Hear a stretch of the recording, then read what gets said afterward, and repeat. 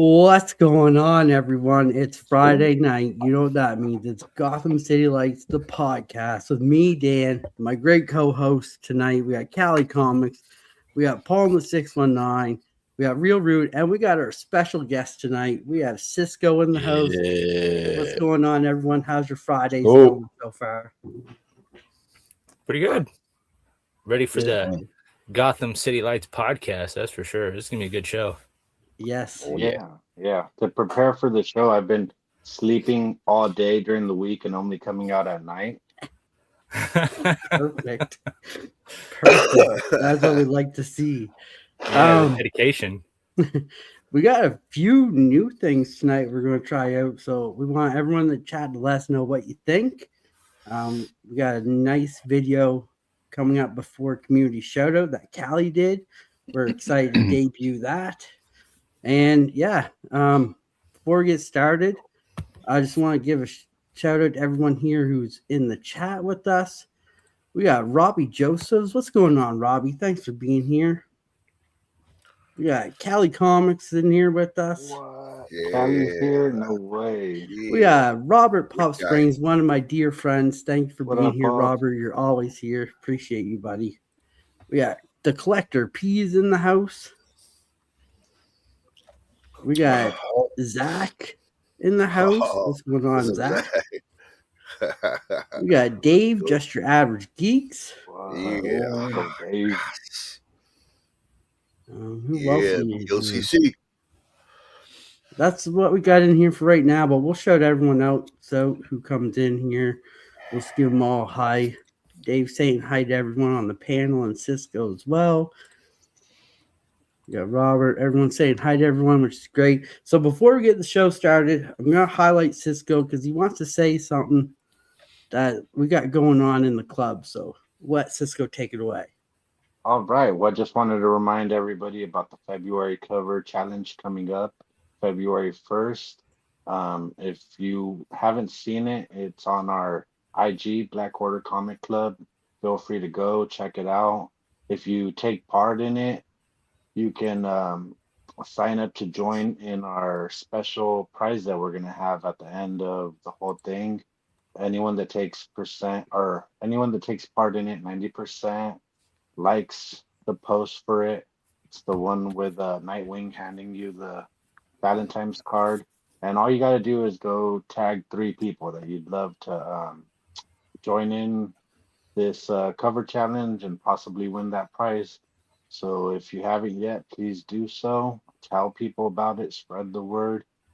We just want to show some love for everyone that's been showing us and all of our club love since we've started. So thank you. Thanks, Dan. No problem. And I'll have the club IG in the description of this video so you guys can click it and go right over to it. So, but yeah, Yep. So without further ado, I know everyone here is waiting, and I know I'm waiting. Let's get this show kicked off. We have 10 people in the chat already. What's going on? Thanks, everyone. Appreciate it. So, for those who are new here, we have a rundown of the show. This is how it goes. We go Batman news, starting then with toy pre-sales, Flashback Friday comics, the Oracle Report, which was done by Paul this week. We got a good one for that one. We had the comics in discussion where we break down all the new comics and a couple old ones this week as voted on by the people.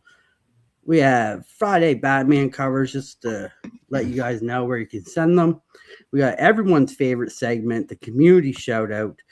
It's probably our biggest segment on here. And then we have quote of the night, and then we finish it off with a round table. Everyone shows what they got and let us know what's going on. What's going on, Chris? Thanks for being here, buddy. All right, so without further ado, let's start here with the Gotham City news. So first, we have the Batman Part 2 rumor teases Clayface. What are your guys' thoughts on Clayface coming to Part 2? Love it. Oh. I'm like excited. Hell yeah. Let's go. I think this will be the first time. If we could get the Clayface story, I don't care where, but the one from Batman Adventures, oof. Yeah, that's a solid one. I agree. That one's great. Yeah, great story. I think that's one of the stories that made actually Batman Adventures so great. It was so out of the box. Definitely. It gave it a And classic feel too, with him being an actor. It took you back in the day, kind of felt Yo, nice. what's up, Yeah, Bruce? yeah. And it made sense, It's like you see some of these actors in real life that have portrayed so many different amazing roles, and you start to think like, damn, that fool Clayface over there.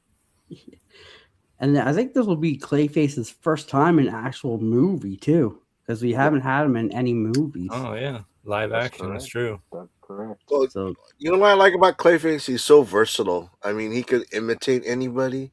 So yeah, that'd be dope. I Mhm. want yeah, to see it. yeah, definitely. Yeah. Anybody else?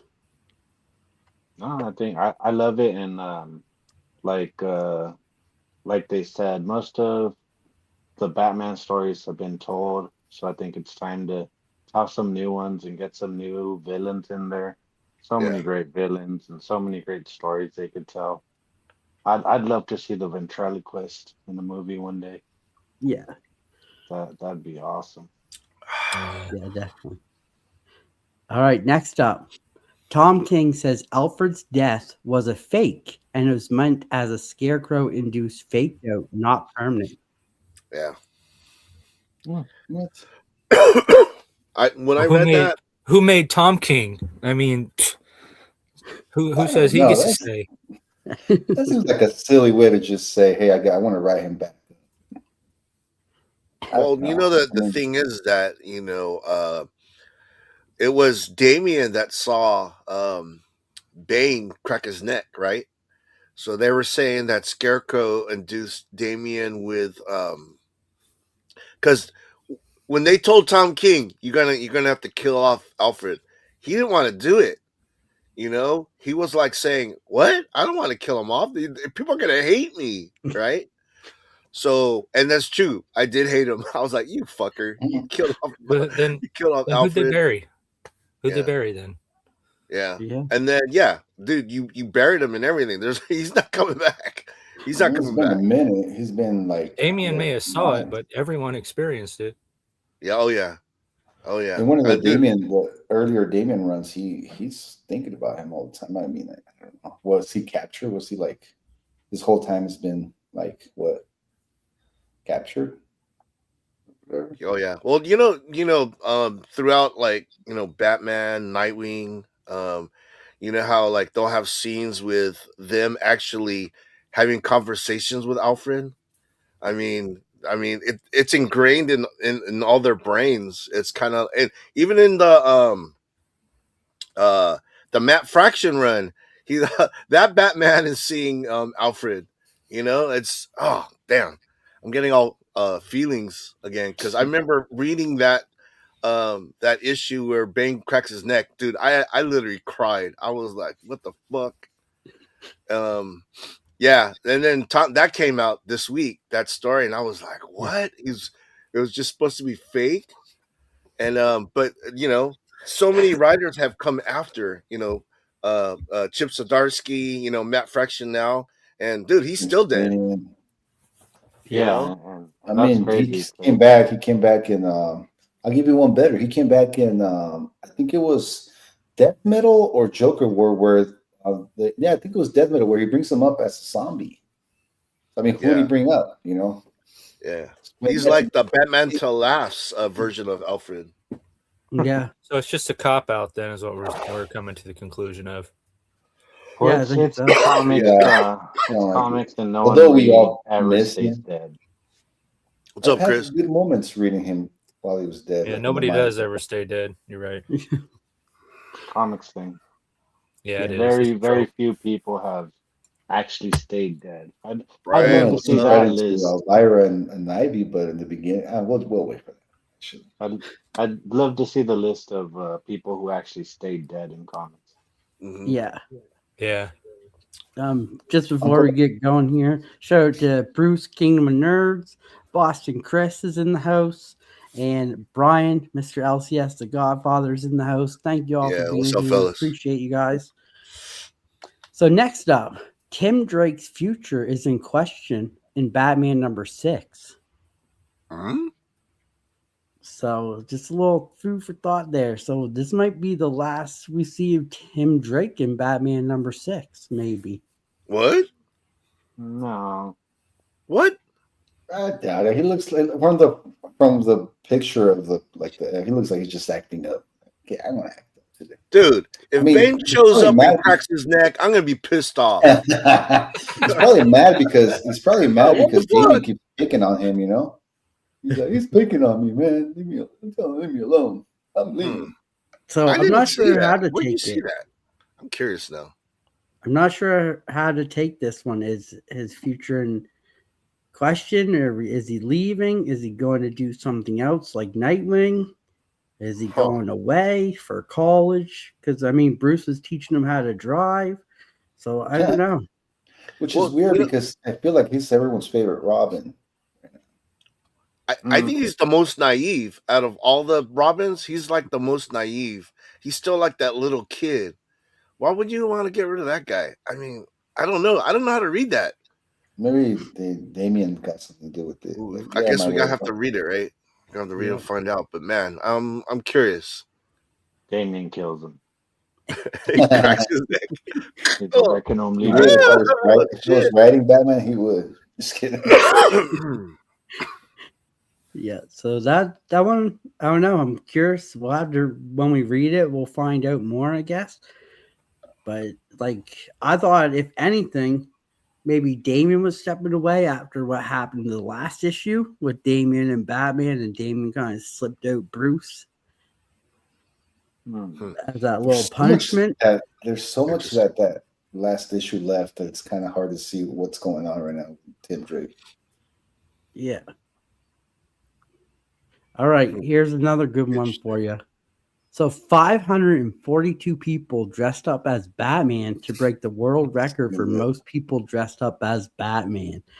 What do you guys think of this? I'm Ooh, I think surprised it's one of you only guys was in- 542. I thought it would be like in the thousands. I know. I was like, This what's sounds like San Diego Comic-Con. What do you mean 542 people? Yeah, when was this at? I don't know. I can't remember where it was at, but they broke the world record for most dressed up Batman. That's breakable. I'm seeing. Okay, bro. I seen that. It was pretty cool. It was a pretty cool picture, to be honest. Next Which- SDCC, we're gonna break it. Let's go. Which Batman do you think was the most used? 89, 66, Gotham Adventures, the Christopher Nolan. Like, which one do you guys think was the most used? Probably the Batman new costume? one. It 89. depends on the age. Yeah. It's the one think with the the Michael yellow Keaton- logo. I can't remember which one, That's but the yellow 89. logo. Yeah. 89. Yeah. Yeah.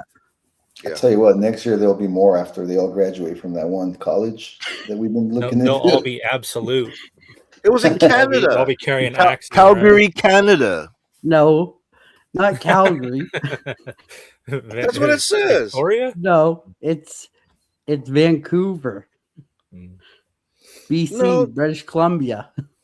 No, that's not what it says on here. Oh, I must be wrong. Wait, Then. what are we talking about? It's in Canada. The college or the record? Yeah, the Batman, the course for Batman. It says Wow. the largest gathering of people dressed as Batman, 542, where it says right there, Oh, was achieved in Nexon Energy employees in Calgary, Canada, September 18th, 2014. Wait, okay. these were all employees of a company? Yeah. Batman. Dude, what the hell? That's I want to stupid. know who owns this company. Right? I want to work for Batman. that company. Speaking of dressed Lane. up as Batman, Paul, did you see in the news a guy here in San Diego dressed up as Batman to go? Oh, talk I to seen the- that. I seen that. Go where? Here, he went to go talk to like the city, Congress. the city council, I guess, and he went and yelled at them. That He was did it as 9, was it? Batman. My favorite part when he's like, "Look me in the eye." Yeah. Actually, that wasn't here. It was in the Bay, I believe. Oh, There. boy. I think it was San Francisco. I think you're right. Yeah.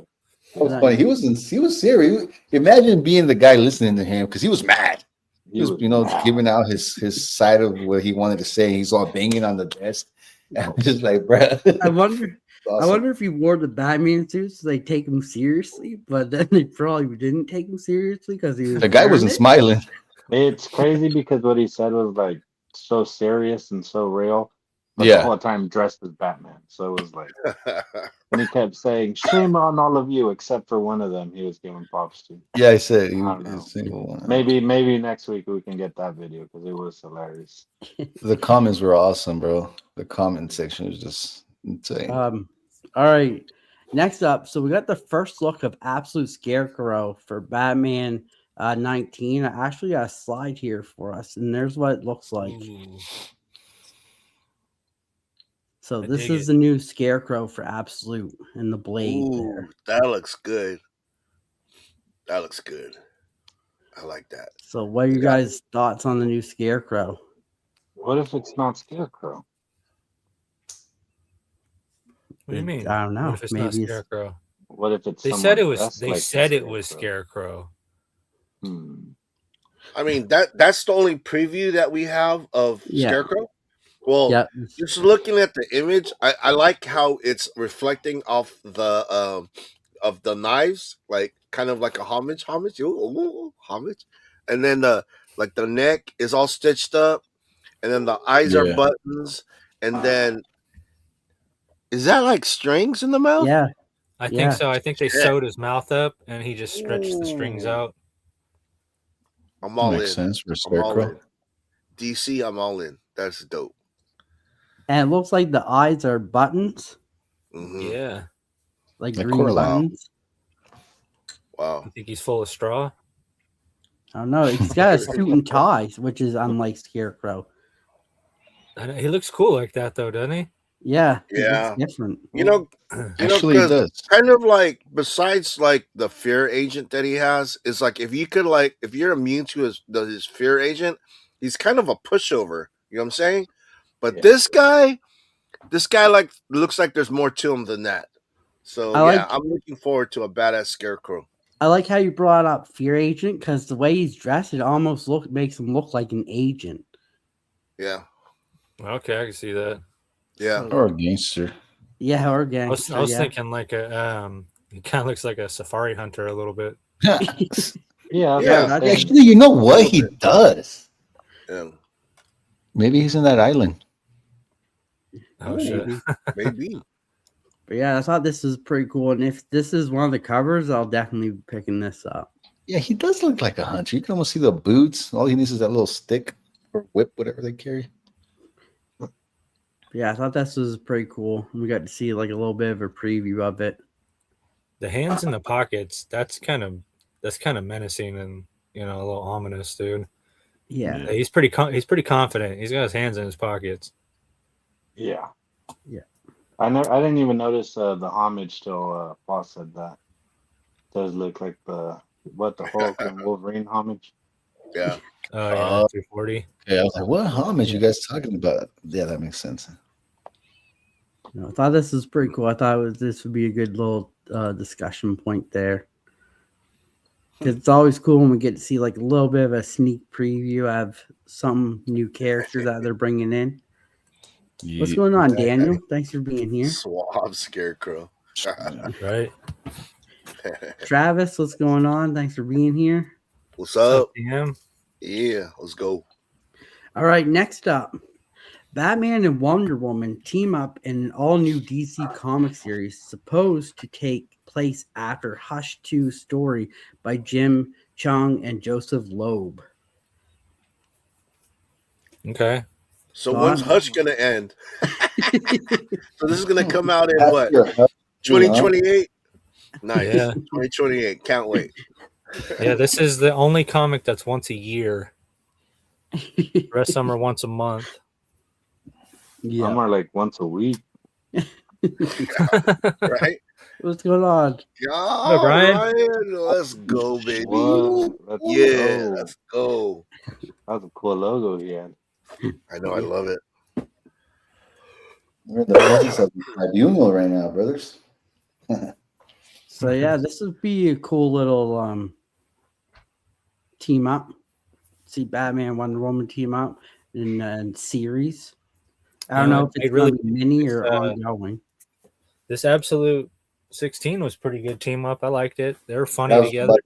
just thinking about that. Yeah. Yeah. Yeah, I we'll wish talk it was a about little in- more than that, but yeah. a little funny. A little more seriousness out of this one, maybe. Or just a little more, see that's a series I'd love to see. The Absolute Batman and Absolute Wonder Woman, like going through hell together or something cool. Yeah. That Yeah. would be dope. Definitely. I'll All talk right. to DC. We'll see what we can do. All right. So Absolute Batman 10th printing has sold out again. Oh my god. I am Not glad. again. I am We're gonna glad go I'm 10, here. 11. 11. Let's I'm go. glad I was here when Absolute, they were, I don't know what they were on, 2 or 3, and I 800,000 probably. was telling you guys, watch, Absolute Batman is gonna break some records. We're gonna get in the million. Everyone was like, ha ha, he's crazy. Okay, he's crazy now. Let's go. But yeah, I thought this is so. I wouldn't be surprised if we get 11th printing since 10 sold out again. I was I the will one be- buying them all. I'll be back for the Definitely. 20th printing. When they get to the 20th printing, I'll come back. All just right, for that. we'll hold you to that. Definitely.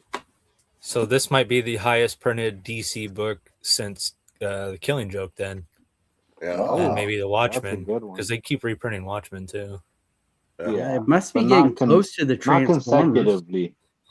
Well, the Johnny the Homicidal Maniac, I think that one will always be the #1 most printed book ever, because it's like, Was I think they're on the 29th or the 32nd printing or some shit like that. was hype just as big as it is now when the Killing Joke was coming out? As No. far as like, now everyone's like a lot of people treat comics like a lottery ticket per se. Was that happening like in the Killing Joke during the Killing Joke? There is hype for it, but I don't think it was the same amount of hype, to be honest. From my point of view. It was different. Yeah, it was different Yeah. back then. It was 'Cause more then there was- steady collectors. Yeah, and then there was more still of Marvel DC division, and just the hardcore DC guys were going after it and bringing in some new fans here and Yeah. there. But with Absolute Batman, it's like everybody jumped on the train. Like I said, I equate it to like when X-Men 1 Jim Lee's run came out. Everybody jumped on that. Ah, Agreed. And Spider-Man hadn't overtaken Batman at that time yet. Batman was still, it was still on the height after 89. Like, Mhm. everybody was still buying Batman stuff at that time. Yeah, no, that's right. Then it was Spider-Man and then X-Men.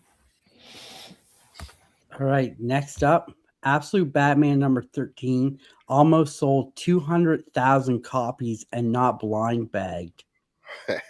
And that was the Joker covers.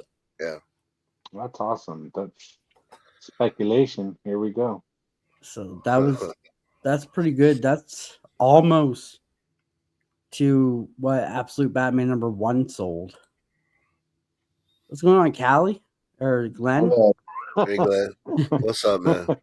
what's going on, Cal? What's going on, Paul? Hey, what's up, Callie? All right. So now I got some questions for you guys. Pick your guys' brain a bit. Callie already got a little preview of the questions, but so what is one back tech you would like to have from any era of Batman? And we'll start down the line. So we'll go with Callie first. One You backpack? asked me these questions, and I still didn't go and What, do did my he say one homework. backpack? Yeah, Bat one back tech. tech. Tech. Oh, back tech. Yeah. Okay. Okay. I just got done reading Court of Owls the other day, and he has these contact lenses that have recognition stuff in them. It's really fucking cool. Like, I'm gonna say that again so we get it. He has these contact things that are really cool. That have recognition in them, and they when you see a person or something like that, they'll tell Bruce who it is, so he doesn't have to remember names. It's kind of funny. So I'd like that because I suck with names. I'm really bad with names, dude. Paul? That. Oh, dude, I like the grappling hook. Can you imagine any situation you're like you're at a party and the party's lame, right? You're like, oh, I'm fucking out of here. You're fucking out of there. You know how exciting the party is after you leave, though? I know. I'd be "Did that like, guy take off on a gun? Holy crap. I'd be all, fuck you, you're cool, fuck you. I'm out. Cisco. If we're going for Bat Tech, that's a pretty wide a range of stuff, but I'll take the Hellbat suit. Nice. Oh, okay. Ooh, nice. Nice. Rude. Oh. I'll take the armor with the nipples, the one that George Clooney had. Or the bat cape's pretty dope too. I think if that would be considered a tech. Nice. Chris says he would take the Batcave computer. I'll take the bat cape with the nipple armor and no pants. You get the Val Kilmer armor and George Clooney. I think I would take Nightwing's batons with the electric currents. Okay. That's Bat Tech. So that way someone pissed me off at work, I just go zip. Cattle prod him. Yep. You're done for the day. Dang, Glenn. Good choice. Glenn, I want to be Cameron Batgirl's changing room. That's Oh, bat my. tech. It's definitely bat tech. All right, next up. If you had to pick between the two to be partnered with, who would you choose? Jim Gordon or Harvey Bullock? Let's start from the bottom and work our way up. So, Rude, who would you choose? I think Harvey. I feel like I'd get away with more fun stuff than with Gordon. Okay, that's a good one. Cisco? Harvey, we doing some crooked shit. Paul? Yeah. Dude, Jim Gordon is a badass. I mean, the only thing that really is holding him back is that he's older in age. But dude, he's hardcore. If I had wanted someone to watch my back, it'd be Jim Gordon, man. He's badass. Mm-hmm. Nice. Callie? Yeah, we one of the books we're going to talk about tonight is New Gotham #1, and this book showcases how badass of a man Jim Gordon is. So much so that Batman basically uses him. So I'm going with Jim because I don't know. I feel like with Bullock, you're really going to have to pull the weight in that one. Because man, Cisco, you're in for a ride, bro. That guy's going to be sitting in the car eating donuts while you're doing all the work. I'm with it though. I'm like, all right, we need more donuts. Let's roll. I'm like, bro, that's crazy. Call someone else. Call Batman. Too much Call for Jim. us. Call Jim. call He's got Jim. a helper, I heard. Yeah. But no, there are some stories where Jim is young and he's kicking ass and doing crazy shit. But that's just too much. I'm going with Jim Gordon because I love Jim Gordon. He'd be great to learn from. And plus, I mean, if you get on his good side, you might even get a little bit of date with Barbara there. So, You might didn't even break think your about that legs. one. Dan knows the angles. Danny, you've been thinking about that a little too long, my friend, because I didn't even think about that angle. That's good. That's a good answer. somebody's got to think of it. Yeah. That's why he wrote the question. I like that. He had that in mind when he wrote it. I feel like if I learned that idea, I'd ruin it for myself instantly. Yeah. All right, Hey, last question for you guys. You get to go on a date with any of Batman's female characters. Who you choosing and why? Oh, Let's go random here. Let's go with Cisco first for this one. Man, there's so many, but I'd have to go with just keep it crazy and go with Harley. Let's have wild, and maybe I can convince her to hit up Poison Ivy, and we can really have some fun. Nice. She's into that too. Ooh, man. Let's go Rude. Shit, bro, this is hard. I'd say Punchline, but I feel like she's like not very sexual, bro. Called it. Dude. Called it. I called it. Shit. I don't know, bro. I'm gonna say Catwoman, bro. Nice. I wanna get out of that room with scratches, bro. Yeah. Paul, Catwoman. Heck yeah, Catwoman? man. Oh yeah. Ooh, yeah. Callie. I don't want to delve too much into the psyche of Callie like Rude was doing down there, but I'm going with Talia al Ghul, dude. That was my other choice. Dude, you won't even know. She'll drug you. You won't even know what happened. There we go. It's She'll done. come back. Like, She'll come back 15 years later and be like, "Hey, Callie, here's Didn't your even- son." Didn't even know you needed it. Robbie Yes, That's a says good pick, Aunt though. Harriet. Oh, That's a Harriet. great pick. Yep. Oh, good cook. Ooh. Yeah, that's a good point. For me, I'm gonna take Poison Ivy. Oh, Why? okay. She's with me already, though. She grows I'm not on you. into that 4-way, so we're gonna go separate dates here. But yeah, I'm gonna go Poison Ivy because, I mean, if it doesn't work, she can at least drug you a bit. And then there you go. Yeah, if you stop feeling it, just give her a kiss and you'll be right back on track, bro. Man, imagine going on a date with her and she don't like you and she gives you some poison oak. She's like, give me a hug. Oh, I thought I had food poisoning. It was really Ivy. She just didn't want to be on the date anymore. Yeah. All right, next up, we have the toy pre-sales. I changed all of the titles for these ones, so we are good for this week. But first up, we got Funko Pop Premium DC Heroes Batman Arkham Knight with the bat symbol. This one is going on pre-sale for $29.99 February 26th. And the light lights up. So, and sound. Sorry, I was reading Glenn's comment. What was it? This one, Clayface. It's a family show, Glenn. What? Dude, this is one of the most expensive pops since they started coming out with those like 8th scaled or whatever, those giant Pikachus, you know? Yeah. This is kind of expensive, but really cool. It lights up. That they're finally And getting sound. into electric pops. Man. What sound do you think it makes? Do you think it just says "I'm Batman," or do you think it does like the Batman theme, like dun dun? I don't know. Dun, dun. It looks like the Arkham one. Yeah, it's Arkham Knight. So, It's crazy because I keep hearing Funko's going out of business. Yeah, they're still making Funko Pops. yeah. But Wow. yeah, they're still making them. Floating on that GameStop money. Like, Yeah. Must be.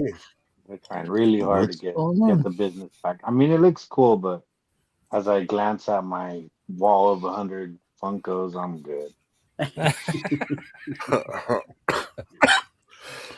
That's Anybody pretty cool. else have some thoughts on it? I like that it lights and has sound. I mean, The thing about it though, I would want the thing to shine on the wall, so he's gonna face the wall. So it's you know what I mean? Uh-oh, Daniel's glitching. He's stuck in the the text vortex. That's funny. The chat messages are going to go way up now. All right, next up, we got Jack Specific, DC X Sonic the What? Hedgehog, Shadow, and Batman 5-inch figure 2-pack for $22.99. Release date February 26th. yes, I want them all. I want them all. I would get that. That's one of those. I want 'em ones all, bro. That, you get one of those, put it in a box, and hide it in your attic. And 100 years from now, that's worth some big money. 100 years. Do you guys real. have the? You guys have the covers? know. There's some Sonic variants like Superman, Batman. I only have the. I'm an It'd go well with guy, that. so I don't have any of those. But you're right, Kelly. I would get Kinda. that before the Funko Pop, and it's cheaper than the Funko Pop.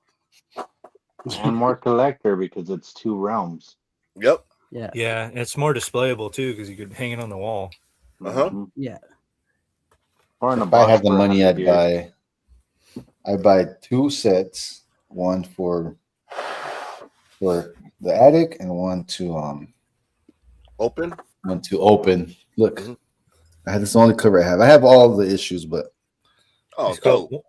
one for me and one for fun. I like that. Oh, dude.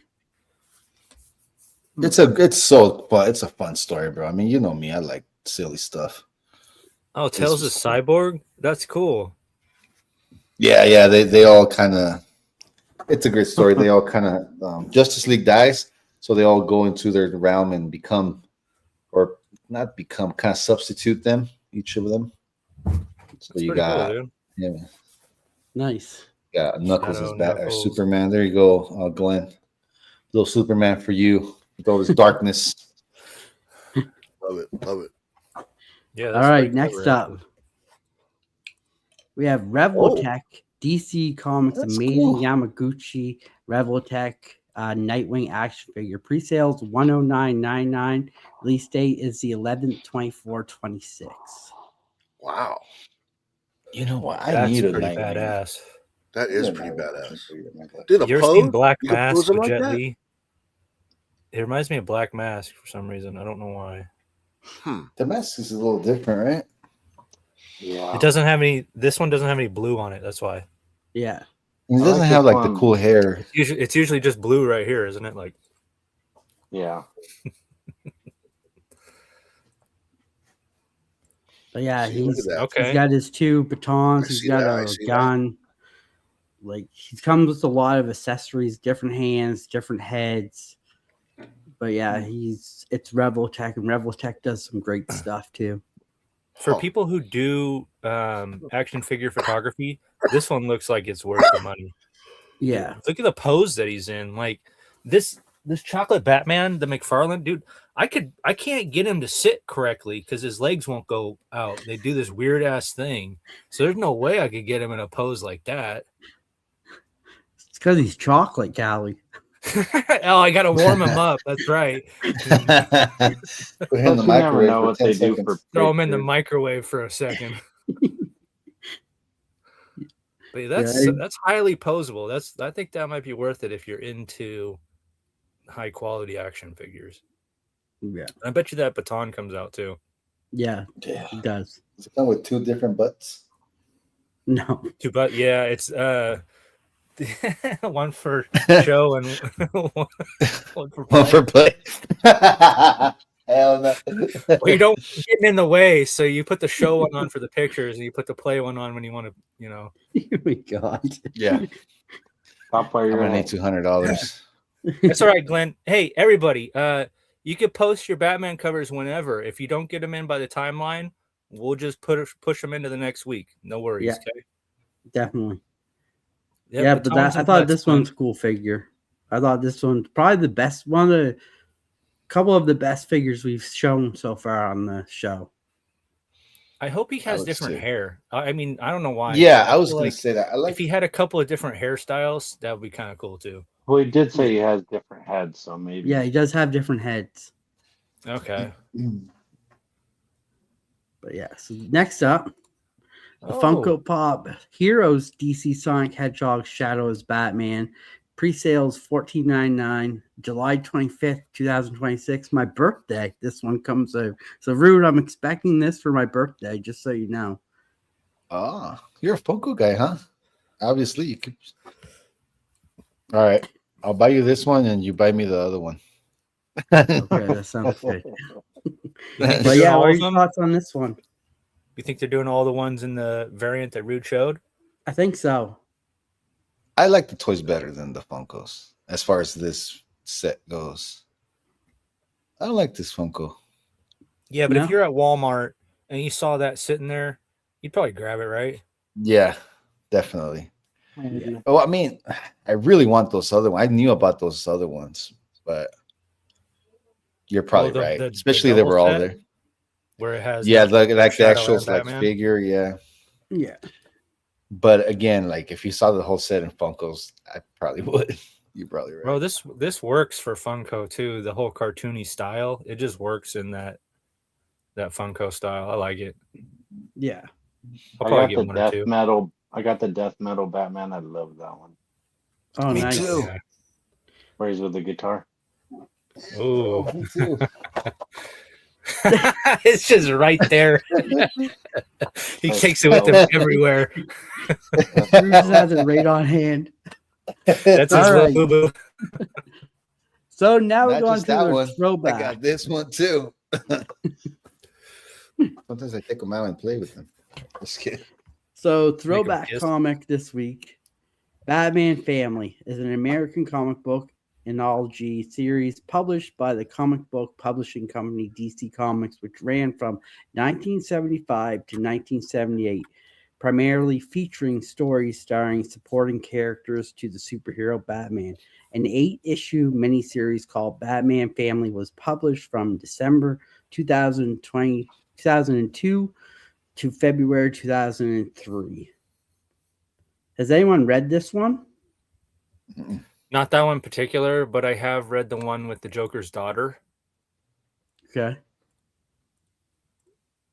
I've never read this, so I'm kind of curious on what it's like. I would imagine Robbie probably read this one. He's read a lot of that good stuff. Yeah. This is a cool cover too. I like the way they're coming out of the stars. Yeah, and there's a They dollar they comic start- back then. Start in the star, but then pop out of it as well. It's kind of cool.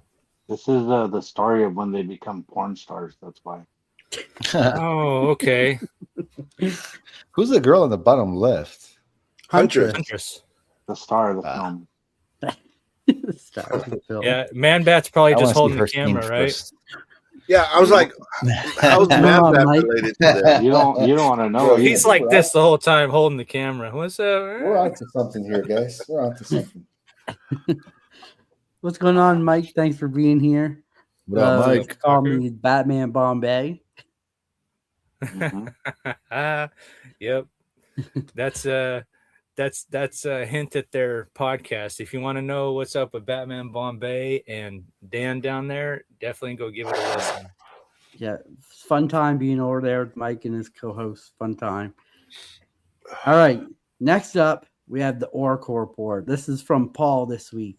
So we are doing Deathstroke, the Terminator, more often referred to as simply Deathstroke, is a villain published by DC Comics, first appearing in the new Teen Titans #2. Slade Wilson is a former soldier turned mercenary and assassin, hired by those who can bid the highest. He is often considered an enemy of Teen Titans and Dick Grayson, arch nemesis. However, Deathstroke has often encountered Batman, either due to contracts with Gotham and conflicts involving the Justice League. He is also the father of Grant Joseph and Rose Wilson, each of whom have served as Teen Titan members or enemies. So we'll go down the line because I want to get everyone's take on Deathstroke. So we'll start with Callie. I'm going to start with my unpopular opinion. Slade over Wade. I'm Team Slade. You can be Team Wade. It's fine. He's Right. a Looney Tune, but Slade is a straight badass killer. Watch your ass if you see this guy coming for you. And he can't die either. So I mean, he's perfect for the Teen Titans, dude. This guy is badass. Glenn hates him for some reason. I'm not sure why. Glenn doesn't like cool characters. So if you find a character that you like, you think it's cool, ask Glenn if it's cool. If he says no, you're on the right track. All right. All right, Paul. Well, when you Brian asked Wilson, me, Glenn. well, when you asked me about Batman characters, yeah, Deathstroke was the first character that popped in my mind. I wish Justice League did good in the theaters because at the very end we got a glimpse of live action Deathstroke. Dude, I lost my shit. I thought, oh, this is gonna be dope. Justice League 2, they're gonna have like the Rogues Gallery versus the Justice League. Fortunately, the Justice League bombed. Critically, it wasn't critically acclaimed. Like all the critics said it sucked. Majority of the fan base said it sucked. I loved it. I even loved the what was the extended Standard version? cut. Standard Yeah. cut. Yeah, the Snyder cut, dude. I love that even more, man. 3 hours? I sat down the whole 3 hours and watched it. I loved it. But unfortunately, didn't happen. So, I could dream. I could dream. But yeah, no, I love this character. Nice. Cisco? Love them. I'm team Deathstroke all day. I wonder, has Rob Liefeld ever said like, I did this on purpose, copied Deathstroke and his name and everything on purpose, or did he not, or is he just a copycat, or what's going on here? I think he said he officially came out and said he copied the feet. So, oh, okay. Well, that does make sense. But Deathstroke's a badass, and Deadpool is kind of a joke to me. He's all right. His movies are okay. But when you got a character that's like impossible to kill and all this goofy shit, I'm not about that. I guess he's for the kids, and Deathstroke, if you're adult, that's your guy. Rude, you got any thoughts on Deathstroke? It was badass, bro. Definitely in the Teen Titans cartoon, it was amazing, or not amazing, but pretty badass. I like him. He's got a cool daughter too. I don't know how new she is, but she came out on the most recent Robin run. They were doing a tournament. She came out. She's been around a little bit. yeah. She was in Unkillables as well. Okay. Nice. But yeah, dope character. Again, I guess we could. She's been on the animated movies too. Hey, it's all good, Daniel. You're doing nothing but adding on to the algorithm for Dan. This will be his most commented video ever. All good. So Daniel did have a question though. Didn't both his sons die? I'm gonna assume so because I only ever see his daughter. But it says Grant Joseph. Son. So yeah. Good question. Yeah, Grant and Joseph, yeah. So I haven't read much of Deathstroke, but I really do find him interesting as a villain. And he seems to be more so Dick Grayson's villain because of the Teen Titans. But I would love to see him and Batman go at it. I think that'd be a really good fight. Just because they're both super trained. Didn't you say there's a new Deathstroke series coming up? Yep. That I did. And we're going to be covering it. Sweet. I think that'll be fun. So that'll be fun to learn a little bit more about Deathstroke. Yeah. But yeah, so that's our Oracle report for this week. Hope you guys enjoyed. But next, we go on to our comics. Oh, I wanted that cover so bad. Damn, he got the Dan Quintana. Yeah, see? Dude, hey, dude. Props. What do you call it? We lost Dan. No. Well, we lost our fearless leader. I just noticed. Real that fast. melted. That melted cover his, that he had up was a Dan Quintana cover. And amazing. I was getting ready to start talking about Superman, but you're back. That was weird. I must have clicked something and it just put me off. I gotta load the slides back up. Hold on. There we go. All right, here we are. So we got Absolute Batman 16. So Absolute Batman in Hell, part 2 of our Absolute Batman, Absolute Wonder Woman story.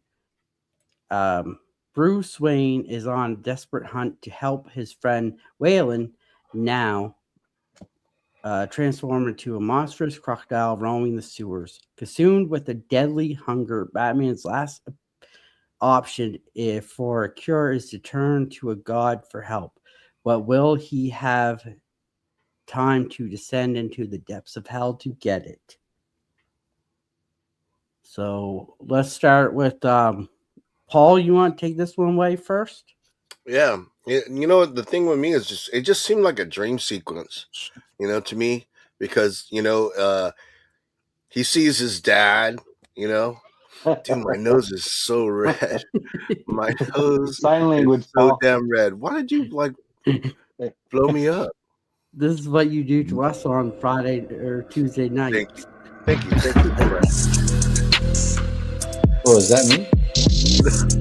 I don't know. Yeah. All right. I like Here we it. go. We're gonna wrap this review. I was about to Ready? start freestyling And I about think Paul.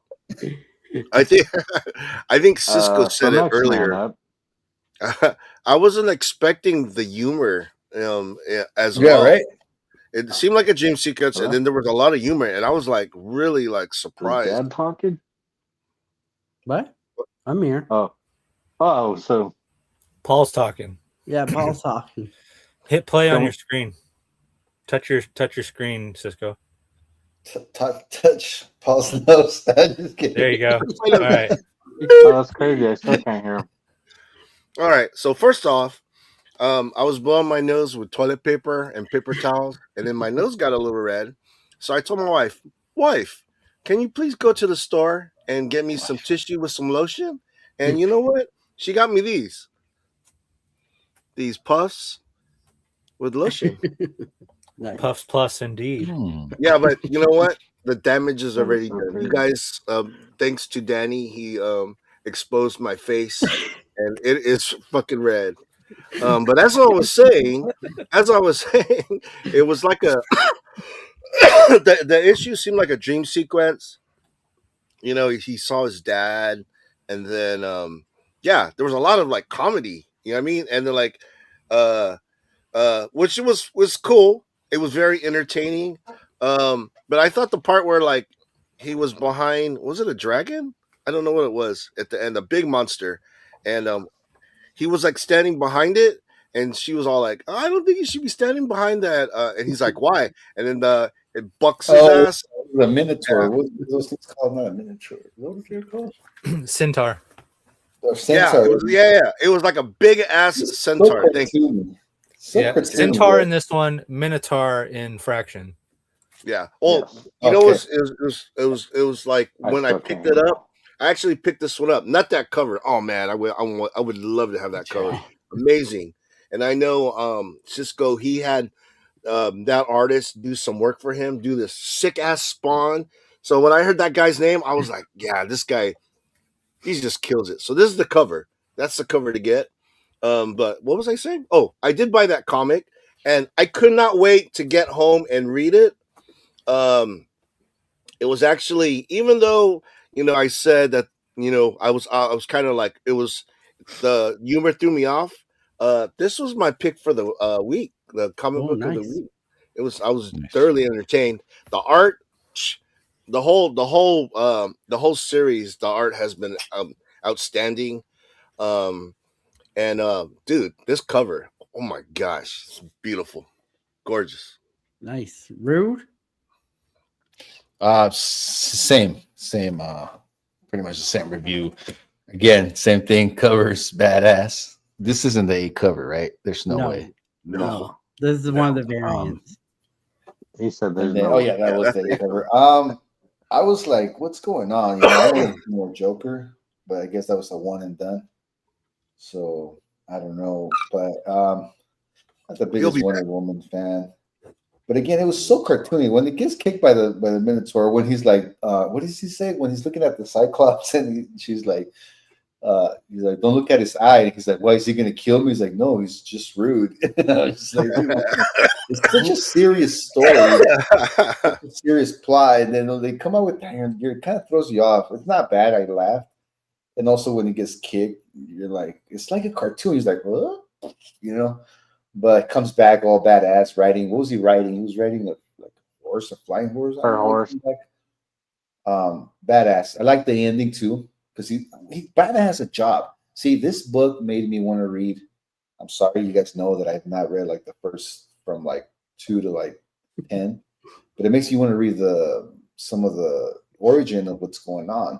Batman has a job, or Bruce has a job, which is like, what's going on right here? Which is still pretty good. It puts it into another perspective, and I like at the end, kind of goes with the whole story. I got, because this boss is like, hey, go get in a fight, go. What did he say? Go fight, go ride a horse or something, and he ends up doing it. It was a good, fun read. Nothing amazing. It was funny. Definitely great art. Great. I'm not a Wonder Woman guy, so it kind of took me out of the Batman field. But I always love seeing the way Batman is written when he's fighting or along amongst gods. It's always like that's my favorite part about Batman. Always. Nice. Cisco? Yeah, I'm gonna have to share some Wonder Woman books with you because she does have some pretty crazy stories. I wasn't a big Wonder Woman fan at the beginning, but I've read some throughout the years where I was like, damn, she's crazy. But back to Absolute Batman. I didn't hear nothing of what Paul said. I don't know, we're having some technical difficulties again, but I liked it. I liked a little some of the little things that were in the book, like when she said you can only contact me 3 times, right? Yeah. So they're like on the second one, so that means there's obviously going to be a big third one, and I'm looking forward to see what that is. And cool story, like I said. I'd love to see a whole run with them doing some crazy shit. I'd love to see Wonder Woman and Batman going through like the different levels of hell together. Something just crazy. Like they have good chemistry in Yeah. the Absolute world. All right. Callie? Yeah, they do. They have great chemistry. They even joke about there's one panel where they're both flying in to hit the centaur, and they both say we're not together at the same time. Oh yeah. Everybody assumes they're a couple. Yeah, loved it. This book is amazing, dude. This splash page right here where it says "Bad out of Hell," that's a double splash page, and dude, I want that. I am gonna go after this piece of art right here. I love it. I like that a lot. I don't know why. It just looks pretty good. He's like twice the size of his bike. Look at that thing, dude. I think Nightfall could probably help you secure one. Oh, sweet. Hell yeah, I'm gonna have to talk to him then. Yeah. And then we get another look at Harvey right here, and he's starting to look a little more like Two-Face, because before he just looked like a normal dude and it was like a little bit discolored. Now it's looking blue. He's got a red eye and he's looking a little more like Two-Face, and I'm kind of liking it. And then the right here you get Waylon. Look at him, dude. He's a giant monster, and his mouth goes from where you can see it all the way to his collarbone.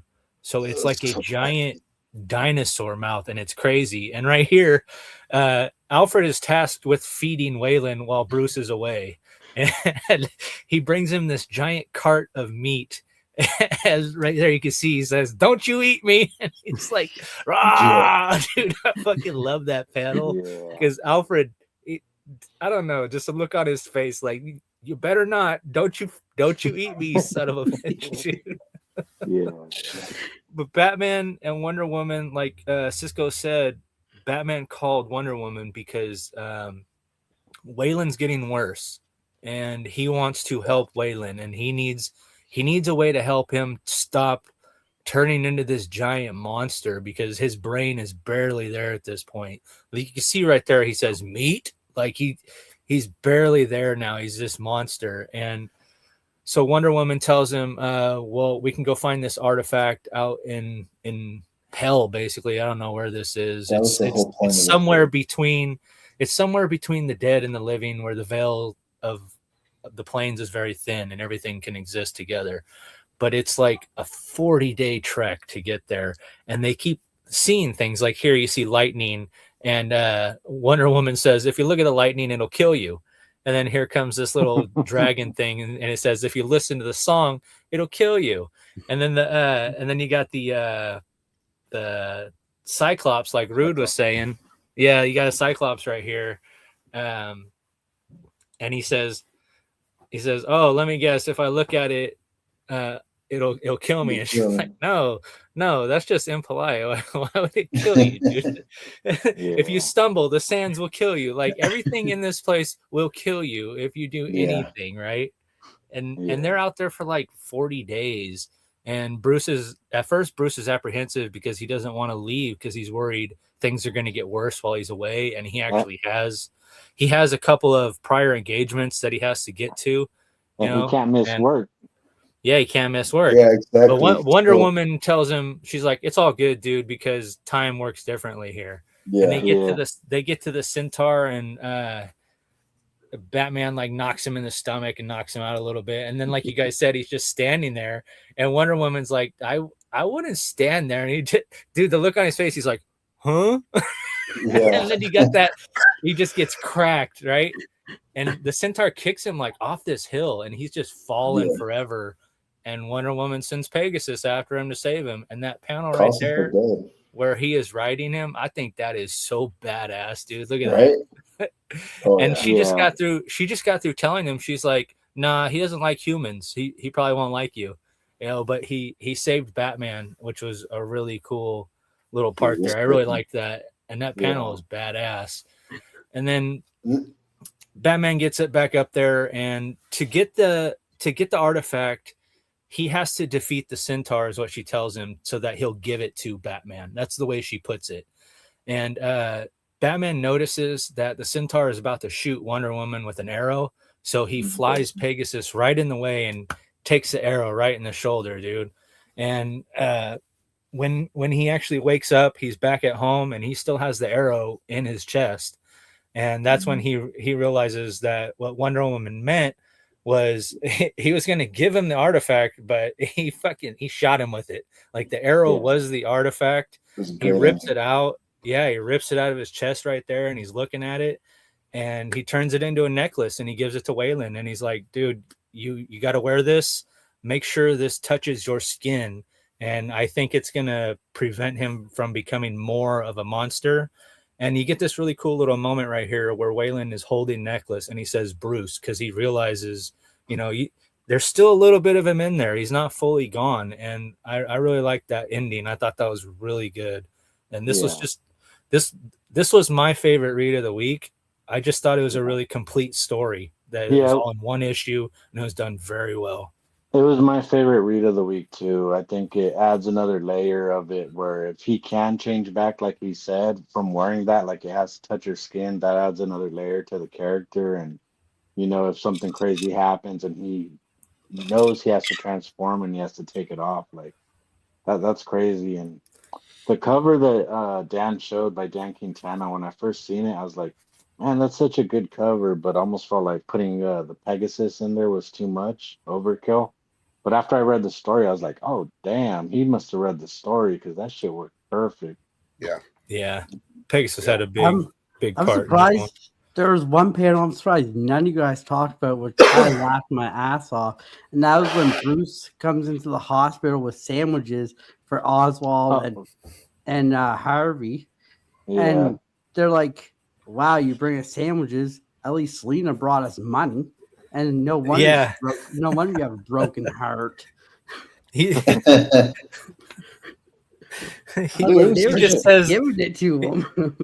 He just says like shit sandwiches or something like that. Yeah. or F sandwiches. I can't remember. They were just giving it to him, like just nailing it. And then like, yeah, no wonder Selena stole your heart or something. I died. I was like, oh my God. I love that about Absolute Batman, how his homies are like turning and getting like messed up. It makes you wonder what the Scarecrow is going to be all about, you know? Yeah, could it be one of his homies? You never know. Yeah.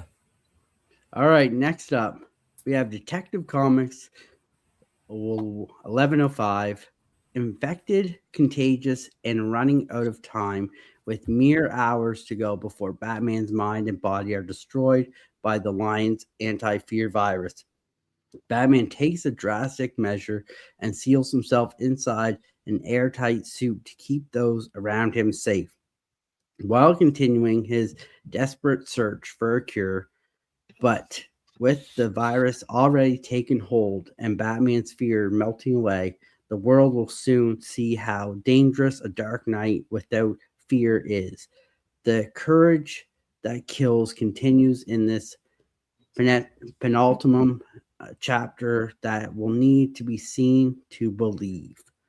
So, start with Rude. You start with this one? Yeah, sure. The issue before this was my number one pick of the week.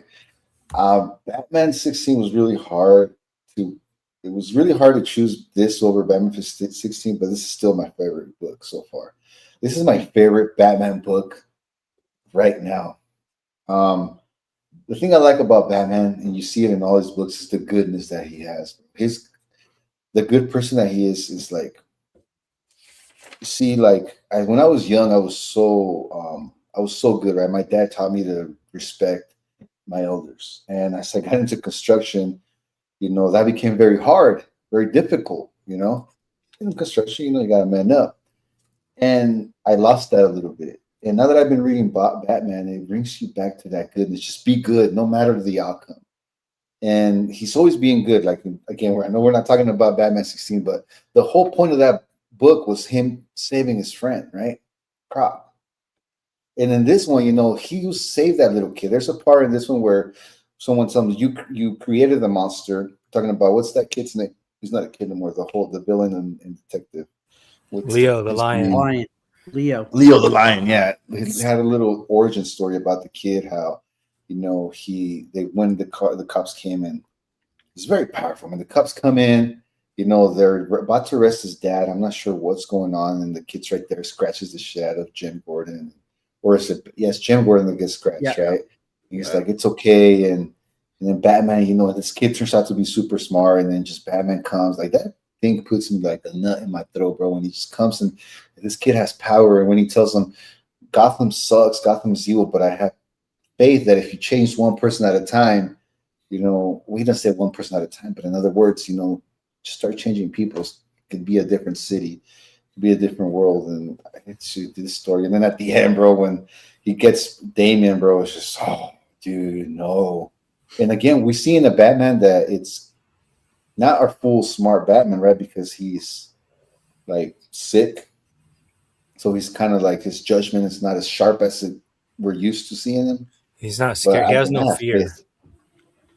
I have faith in Batman. He figures it out all the way. But I mean, Damian is reckless as he was, in the past issue when all the family comes in and they're fighting the crows or the scarecrows or whatever, and then Damian goes and almost jumps into the fire, and then the Bat family like stops him. I think Dick stops him, and then in this one he recalls like, yeah, last time Damian wanted to jump into the fire, so I thought, hey, maybe let's blow him up. In other words, and it's such a good story, bro. Like,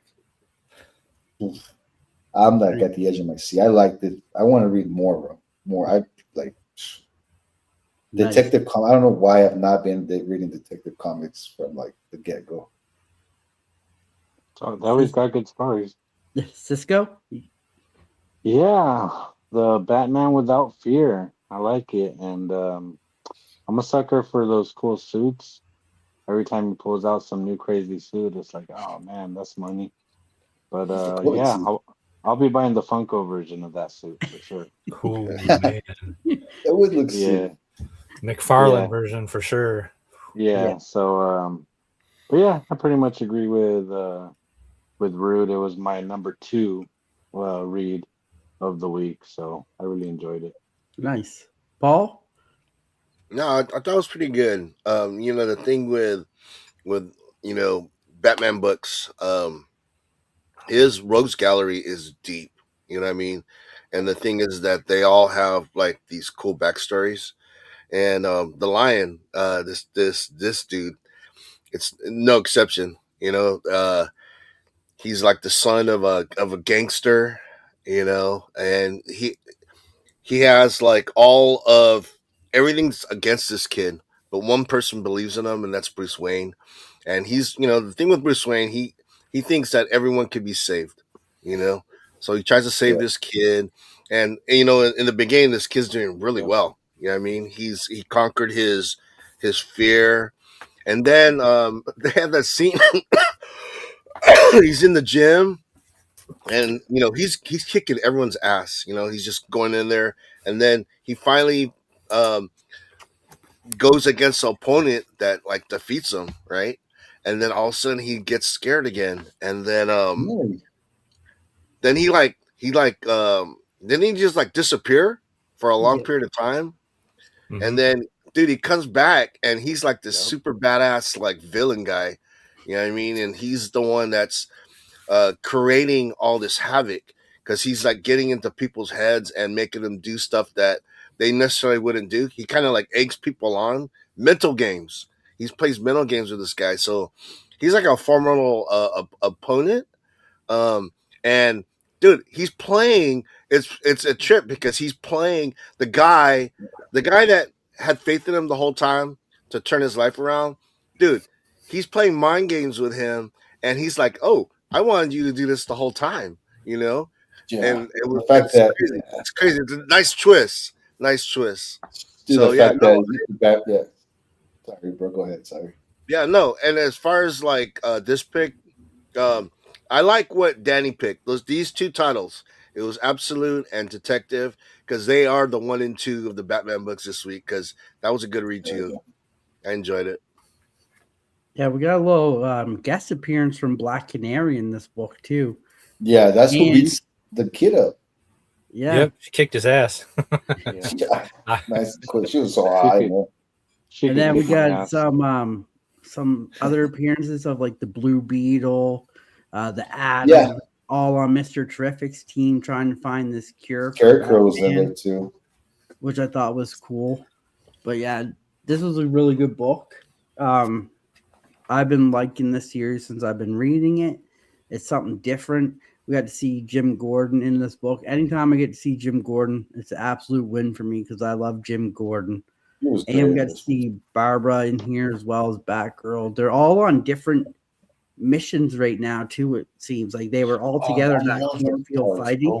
Then they kind of just split off a little bit, which I They thought did. was pretty cool. I But love the yeah, way we're that they gonna involved the.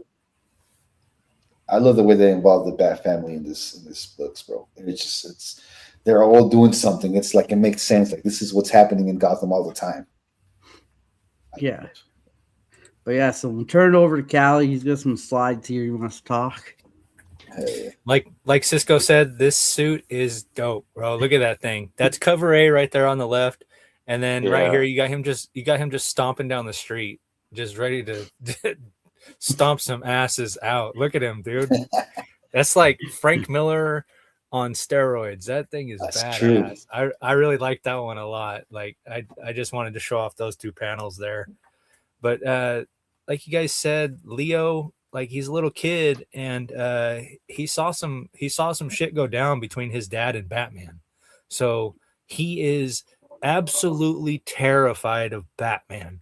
And Jim Gordon's the Yeah. one, like you guys said, Jim Gordon finds him and he scratches him and the weird stuff happens. But he grows up and he kind of finds out who he is and figures out that he's pretty tough and he can handle things until Black Canary right there knocks his ass out in the ring. and he has a flashback and this guy, he sees Batman and all of a sudden he loses it. He's terrified and he just disappears again. So part of my theory is that he needed to conquer fear. So I think that the way Scarecrow has the fear serum, this guy, reversed it into an anti-fear serum. And I think that he takes it himself because to be standing in front of the Batman and be terrified of the bat as a child, something had to change within him. And I think that he may have taken a high dosage of this stuff to where he may be on a perma high on the anti-fear, you know what I mean?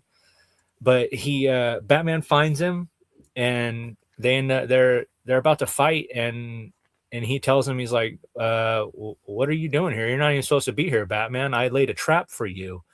And like Rude said, Damian went to the trap because Batman, he has no fear right now. So a part of what keeps his planning in check is the fear of what could happen. He didn't have the fear that Damian was in danger, sending him to this trap. So he neglected to check himself on that, and he paid the price. Damian was in the explosion. We don't know if Damian's okay. Like, we won't find out till next issue or the issue after that. But like that part, I don't know. it really sucked. See, look at there's Damien. It blows up, you know. And he tells him, "You let a child walk into an obvious trap." So fear is obviously a big part in Bruce's planning when it comes to being the Bat, and it really messed with his mind. And somebody else that is out there running around doing stuff is Barbara. And Barbara runs to the police station because all hell is breaking loose. And she says, "I can handle this alone." And then the last panel of the book is right here, where obviously she could not handle it. The anti-fear virus is loose in Gotham. Bruce thought he was going to be able to stop it, but twist, Leo already let it go. It's already loose in Gotham. People are already infected. So it had to have happened. What was it? It was 48 hours, right? Or was it 72 hours? So it had to have happened three days before this, because that's kind of what gives the they're all within the quarantine period now. So they all need one of those cool ass bat suits. That's all I'm saying. Everybody needs a bat suit now, right? Yeah, heck yeah. I feel like it's kind of like it gives the reader fear when you find out that Batman had no clue that. Like the first thing Batman asks is like, "What are you doing? When is the whole event going to happen? When are you going to like do the bomb or whatever?" And he's like, "Yeah, it already happened, bro." You know. And was it you, Paul, that said there was only one person looking out for Leo, and it was Bruce? So Leo has this affinity for Bruce Wayne, but a fear for Batman. So there's this juxtaposition within this guy's brain that's like, it's going to break him when he finds out Batman is Bruce Wayne. Obviously, you know, he's not going to know what to do. But nice. little side quest here. Do you think Bruce was lining Leo up to be a Robin? I don't know. Most likely. I mean, I've always thought, why does Batman always knows how to? It's like he knows how to pick a football player since they're kids. He was orphaned. Bruce was financially looking after him. He was checking in on him once in a while. There's 3 of the checks, dude. One more. So, I mean, all he had to do was have him move into his house, and it would have been over. Just to add to this. So from issue 1, we saw the fog. So that was Leo already putting out the poison gas. Yeah. So issue 1, the fog is actually the gas that traveled to Gotham, because in this he said he lit 5 tankers on fire, and Batman thought it was the Gotham fog, but it's actually the gas that he lit on fire in the ocean coming through to Gotham. So the gas has already been in play since issue 1. Yep. You know, Kelly, now that you say that about like him maybe being a Robin, when you're reading his little origin story that they had on this issue, you're like, this is a very powerful origin. Almost like, because you're reading and you're like, okay, it's just another story, but it's almost like his origin is so powerful. Maybe we'll see more. Maybe we'll see him be good. Maybe he'll be a badass. Maybe not a Robin, but he might have become neurotic at one point and had to go see a psychiatrist, and Crane might have been there. I don't know. Dude, I love your point of view, Kelly. Guys. Yeah. All right. Next up, we got a fun book here for you. So good. We got Harley Quinn X Elvira #4. Out of the frying pan and into the fire, with things getting too hot to handle. Back in Brooklyn, Elvira and Harley abscond to the cooler climes of Transylvania to crash with one of Elvira's best buddies in this tasteful appointed castle, but desperate their reputation as an old school hedonist, the Count's already invited guests don't much care for his pair of interlopers, and they've got some decidedly medieval ideas for how to deal with party crashers. We'll let Callie take this one away first. All right, this book was so fun, dude. Like, this is the opening sequence is Harley. She's dreaming that she's out with Elvira and Power Girl, and they're saving the day. The funny thing was, if you noticed, Power Girl had like thrown up on the thing to save the day, and then right away she's kissing Harley. But but really, in actuality, she's in the middle of the dog and Elvira. There, That dog seems to be having a I lot of thought fun. I thought that was so damn funny, dude. I don't know why. I really thought that was hilarious. But of course, she wakes up, and they're at Dracula's place in Transylvania because they gotta. What are they doing? They're running away, right? They're running away from all these people that are after them, and there's another guy that's chasing them. This guy right here. So back in issue 1, Harley shot a bazooka and missed and blew this guy up, right? But he's a billionaire, so he brought his brain and stuff back, and he goes to the guy that's catching the money. He needs something from that guy, and the guy's like, "Well, you ain't getting it till you get paid." So he turns around, and he's got like an ATM butt, dude. I just made it rain out of his ass. That shit was so funny. But he's just like, I don't know what his deal is. He gets hungry and he decides that he's gonna use people to power his suit here. These girls are like hitting on them, and he just eats them. And then we cut back to Harley and Elvira, and they're in a big old like bathtub, and then there's all these innuendos going on, and they think each other's touching each other with their feet, but it's actually the Invisible Man. He's in there getting frisky with them, and they don't even know it, dude. But his wife shows up and spills the beans, and they end up throwing him out the window. That part's pretty funny and goofy. But then we get to the party, and Dracula's there, and he hasn't told his 3 wives yet that Harley and Elvira will be staying with them. And he is not exactly the what do you say, the he's an adulterer. He's not very faithful. We'll say that. So these girls, they take one look at Harley and Elvira, and they're like, oh hell no. Oh hell no, this is not gonna happen, dude. The look on their face is pretty funny too. They're like, hell no. And he's like, come on, baby, it'll be fine. They just let him stay. I swear. I was having a blast with this book. It's just this is the kind of slapstick Harley I don't mind, because this is not in canon, you know what I mean? This is just silly fun. And throughout the rest of the book, these 3 girls are trying to basically hurt Harley and Elvira because they don't want them staying at Dracula's castle. And eventually, that robot guy that eats people, he shows up, and the girls, they got Elvira and Harley cornered, and out of nowhere, he squishes them and solves their problem. But guess what? They got a new problem because this guy's there to kill them too. And then you turn the page, and this Vartox guy squishes him as well, solving the problem. I was just like, problem solved. Problem solved. This is a bigger thing coming and squishing stuff, dude. And that's the end of the book. And I'm like, what the hell is going on? Dude? This shit is so fun and crazy. I don't know what to even say.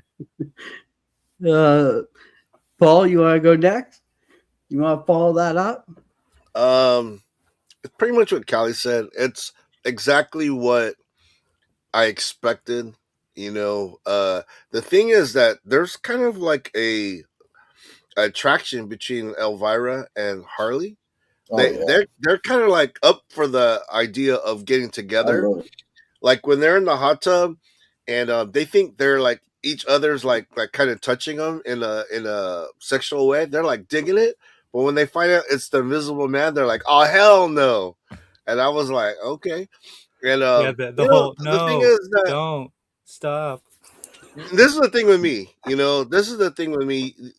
Going in, it's not my cup of tea. You know what I mean? This is not when I read comics, these are not comics that I pick up, that I spend my money on. But it was cool. It was a cool read. You know what I mean? It delivered exactly what I expected. There was some funny jokes in there. I wanted the robot guy to do more. Hopefully he's not dead, because that was He's kind of squished, like bro. there was so much build up, like him, they're running away, he's flying over there to kill them, and then he kills the Dracula's like brides, and I was bummed about that. And then he gets he gets squished, and I believe that character in the end, that Zartox, isn't that Sean Connery? Is that Sean Connery's character from what's the one with the dwarves? This is like an old film. This is an old movie. Time Bandits. Isn't he the dude from Time Bandits? Oh, Dude, that does maybe. kind of look like Sean Connery a little bit now that I'm looking at it. Yeah, I think that character is from Time Bandits. Zartox. He was Sean Connery. So Zartok. I'm like, that was random. This story, it doesn't have like a straight like beginning and end. It's like something happens, and then something else happens, and then something else happens. It's a wild ride. And if you like those kind of comics, this is a comic you need to pick up, because there's a lot of funny parts in it. Cisco, did you get a chance to read this one? Yeah, actually I did. Because I've been reading this one, and I like the art. I think for me, one of the things about this book is the art's fun. I like how they draw Elvira kind of thick at times, but it's super hilarious. And it's just it's a fun read, and it's amazing what DC lets them get away with, and Right. it's hilarious. I picked up one of the variants this week. I really love the art. I'm not even sure who did the variant, but we'll find out later. But yeah, pretty much they got it. They nailed it. I agree. Fun book. Rude? That I one. mean, bro, dude, this is hitting me right where I want it. I mean, I read at a third grade level still, so this is like perfect for me, bro. It's sexy, bro. Like, I want more. I mean, this is never gonna happen. But give me a live action fucking cartoon of it, or not a live action cartoon. I'm sorry. Like, I want more of this, bro. Like, I want to see a porn of this, bro. Like, I want to make a porn of this. No, it's just like, they're the perfect characters. They're sexy, bro. Like, they throw little hints. I mean, where's Ivy at? I mean, Ivy's probably angry right now at this point, Show up and try to kill her.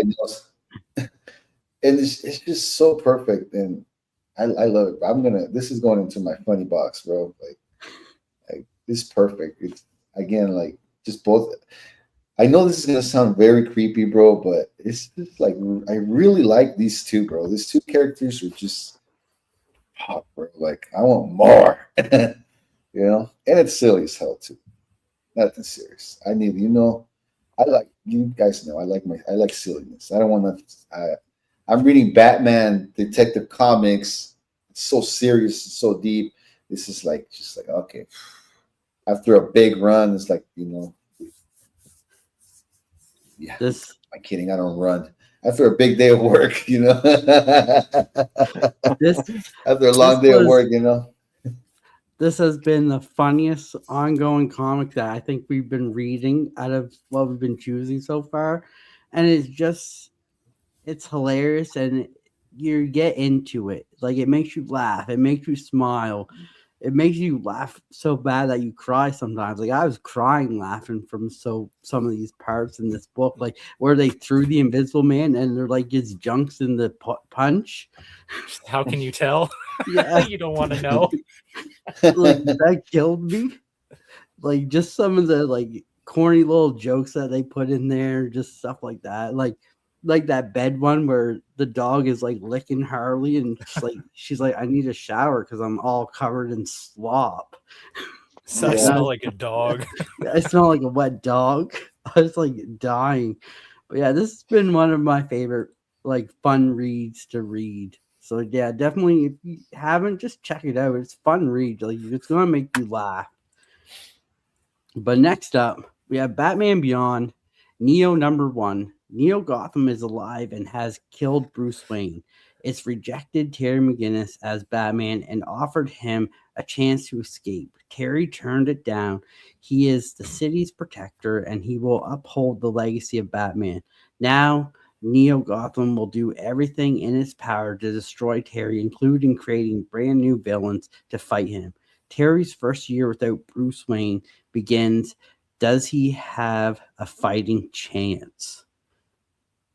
So I'm going to go with Rude for this one to start us out, because me and Rude love Batman Beyond, so I'd like to hear Rude's thoughts. Well, I love Batman Beyond. Oh, there we go. Cisco loves Batman Beyond. I mean, the art has always been great on these books. I read this when it was coming out, and so the whole part, it's dope, bro. It's dope seeing, it's dope seeing what Terry's gonna get into and how he's gonna. I didn't finish the run. I picked up one or two when it was coming out. It was like 2019, 20. But it's dope. It's a dope read, bro. You get to see how Terry, has to be on his own, because you always see him with Bruce is always by his side, always, he's training him throughout it. And I'm confusing this a little bit with another where Bruce is in jail. So I'm confusing my thoughts right now, but definitely great. Cisco? Same here. Love it. Love Terry. Love how he has to navigate all the time. And I think there's a different twist showing him on his own and trying to navigate the world and navigate the world with his own morals and his own way of attacking every problem. It really adds to his character and his character depth. Nice. Paul? Dude, what I like is that, in the future, they got mutants. They got, like, cat people and, like, animal people. I thought that was dope. So, and it's like, again, even in the future, they got, like, bad corporate guys that have, like, technology and they're trying to do some crazy shit.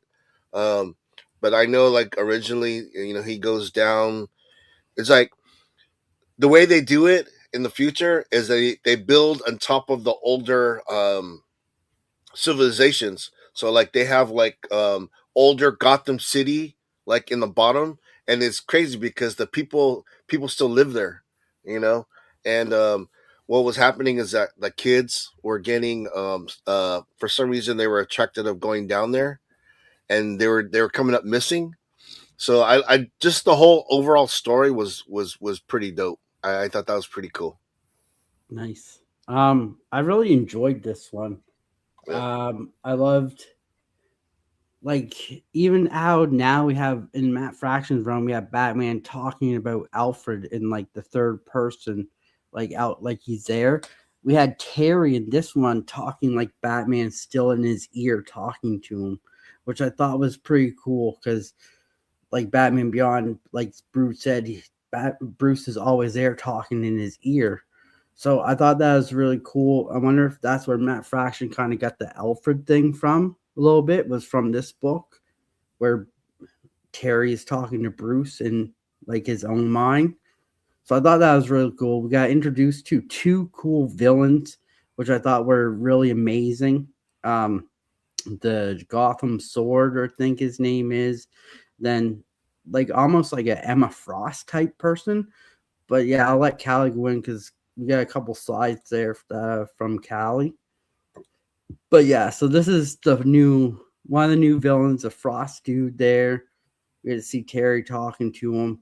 We got to see Barbara Gordon, who's retiring in this one, which I thought was really different, because just like Jim, Barbara's the commissioner, and her and Batman built the GCPD because it was so corrupt, so they were fixing it. And now we get to see Barbara kind of walk off into the sunrise. And this is the new villain I thought was really cool, Gotham Sword or whatever. I thought this villain was pretty sick. But yeah, this is a slide that Callie got, so I'll let Callie take it away. So the panel came out a little weird, but I'm convinced Will Smith read this comic, because if you see right here, it kind of looks like he's slapping him, but he's not. He's putting a little listening device on him. But he says, "Keep Bruce Wayne's name out of your mouth, Lumos." And it kind of looks like he's slapping him, like Will Smith and Chris Tucker. Yeah, I thought that was pretty funny. But Lumos here, we're in the future. There's a lot of technology. This guy is pushing a technology that is basically skins. You can look how you want. You can whatever hair color you want, whatever face you want. This thing will graft it over your body for you. He's pushing this device that will do that for you. So I assume it's going to be a little bit like Batman Forever, where Jim Carrey puts those things on people's heads while they're watching TV, and he can control them somehow. I assume something like that's going to happen. But like Dan was saying, that Gotham sword, that thing is badass, dude. It changes shape. It's not just one shape. He can turn it into a hook and grab you. He can turn it into a whip and use it like a whip. It was different. It was really cool. I liked it a lot. I thought it was pretty clever. And the part with Barbara, dude, that was kind of sad. I was like, Yeah. I'm just thinking to myself, like, everybody else is dead. Damn it. Well, you gotta show these old people. Now I know everybody else is dead. Now that's kind of sad. But this book is kind of cool, and I'm interested to see where it's gonna go. And the whole, like, talking about what Bruce would be saying to him, like you said, that's really cool, dude. It gives us this insight into how trained Terry is of the mind. Bruce trained his mind, not only his body, and like, he's trained his thought process. Like, this dude thinks the way Bruce wants him to think, and that's kind of, in a way, it's cool, but in another way, it's a little cultish. The cult of the bat. Yeah, Definitely. in another way, Cool. he's just another Robin, to be honest. Yeah.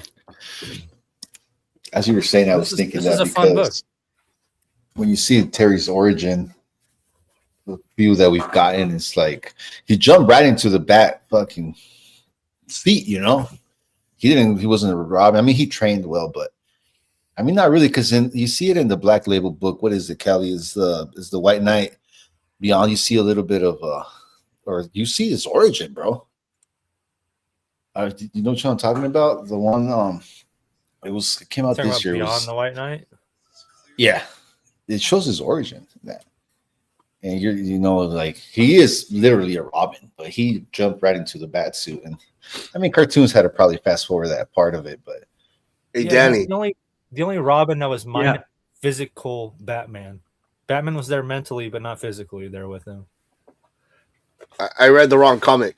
I read Batman Beyond Neo Gothic. You guys were reading Neo. Neo. Oh, I read the Gothic. How was the It had- Gothic, Paul? Yeah. But how it was is- funny. It was funny. They have what do you call it? The same characters. yeah. So I was like, okay. So I probably lost you when I said, oh, he went down to the lower levels to rescue the kids. That didn't happen yet.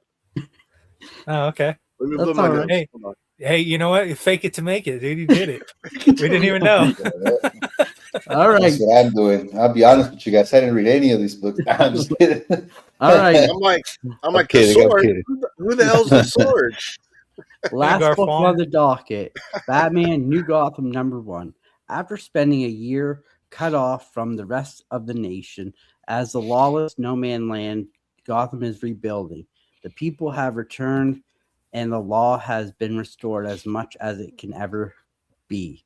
In Gotham, crime and gang activity are still rampant and tensions are growing between factions of Gothamites who remained in the cities throughout the military cordon and those who evacuated but are now returning to their homes. So I'm going to start with this one because this is my pick of the week. I really love this. I'm a huge Jim Gordon fan, and I got to see the back history. Like, I didn't know about his wife passing away in the line of duty. So this one was really hit me because I like just to see Jim Gordon, like how he struggled. And then when he comes back, it's like a total turnaround with that police department.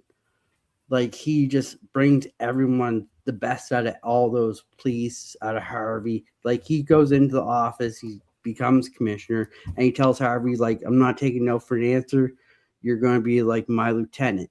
Like, there's no yes or no, it's you are. Because Harvey Bullock was his partner forever, so he kind of has that trust with Harvey a bit. But like, this one really pulled strings at me, and it had me so hooked and intrigued in this story. Like, to see Jim Gordon like taking charge, and Batman kind of just hang back in the shadows, like not like going and helping Jim Gordon, and he kind of letting Jim Gordon go because Jim Gordon's back, and he still has the death of his wife playing in on this. And we see Batman and Jim going to this warehouse where Batman's like, Jim, I'll go in, just stay guard. And we see Batman go in. We hear a lot of gunshots. Jim Gordon comes in.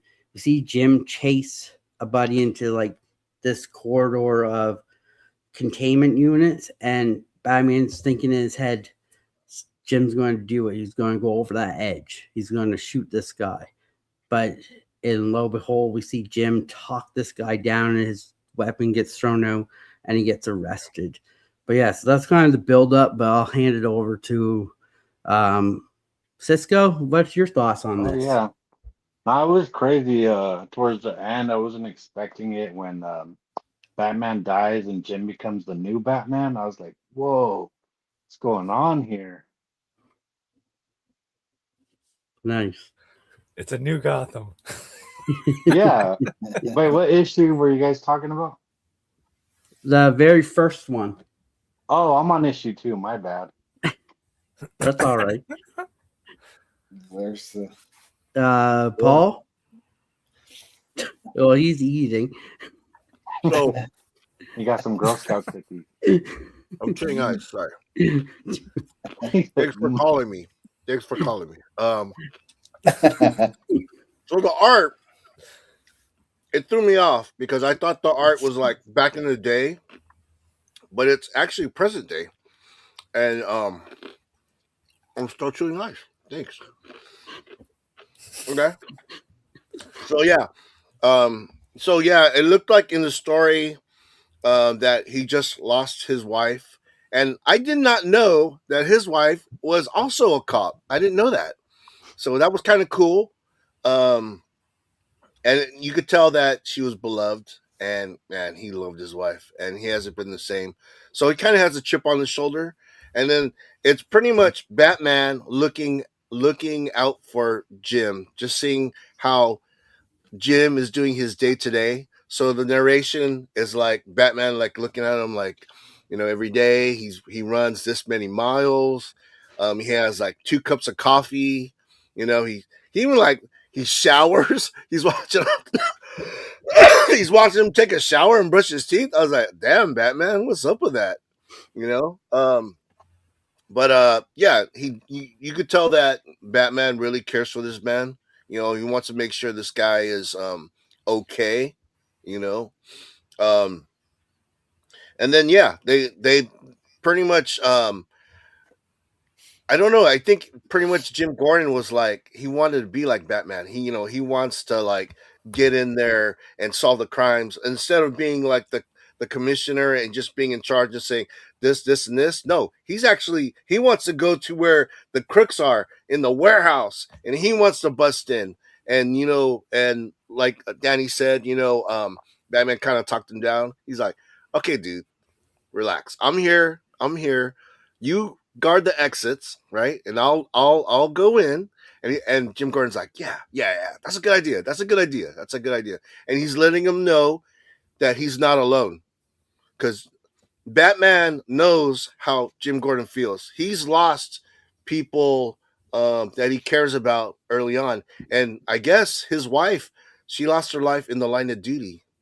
So dude, man, he's fucked up. I mean, he wanted to do justice himself. But yeah, Batman talked him down. One of the bad guys runs out of the warehouse. He corners him. And I thought he was gonna blow him away. But instead, he did the right thing. he said, he talked the guy down, the bad guy down. The bad guy threw his assault rifle. I think it was an AK-47. Yeah, AK. I'm surprised that thing didn't go off when he threw it on the ground. But anyways, that's a different story. It did happen in this comic. But he pretty much talked him down and did it the right way. So it was a good read. If you put it on that S3, if we have 3 reads for the week, I might have been apt to read this one or pick that one because that was a good read. Yeah, good books this week. Nice. And I read the wrong comic for Batman Beyond. So anyways. It's all right. You got the gist of it. So yeah. All right, the part that I got right was the animals, how they have like cat people. But then when I was saying the levels and I didn't mention the sword, you're like, what? Yeah, because I didn't see there was no sword in that issue. So yeah, thank you. No problem. I figured I just missed it.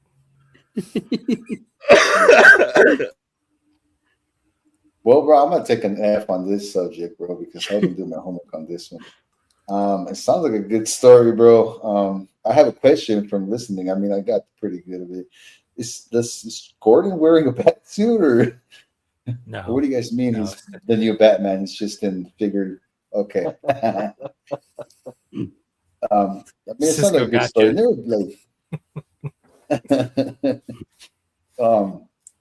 I mean, this is the one where you said we're going to keep continuing to read. As far probably, as we'll probably okay, be adding this one. So I will catch up on it. Sounds good. Sounds a good story. I wish I would have read that one instead of Batman Beyond. All right. Any more? You got any more there? Yeah, no. All right, Alan, you're up. So I thought this panel was pretty funny. Batman, he comes across the crime scene, right? And he just jumps down and starts messing with the crime scene.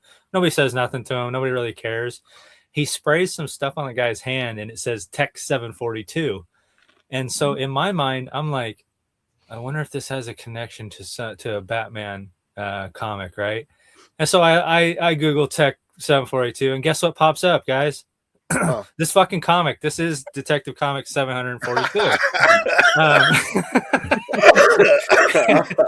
And I really like Dave Johnson's art in this book. It's really cool. It's all blue, it's all brown, and that's it. Blue, black, brown, and white. That's the only colors you get in this entire book, and he does really good with it.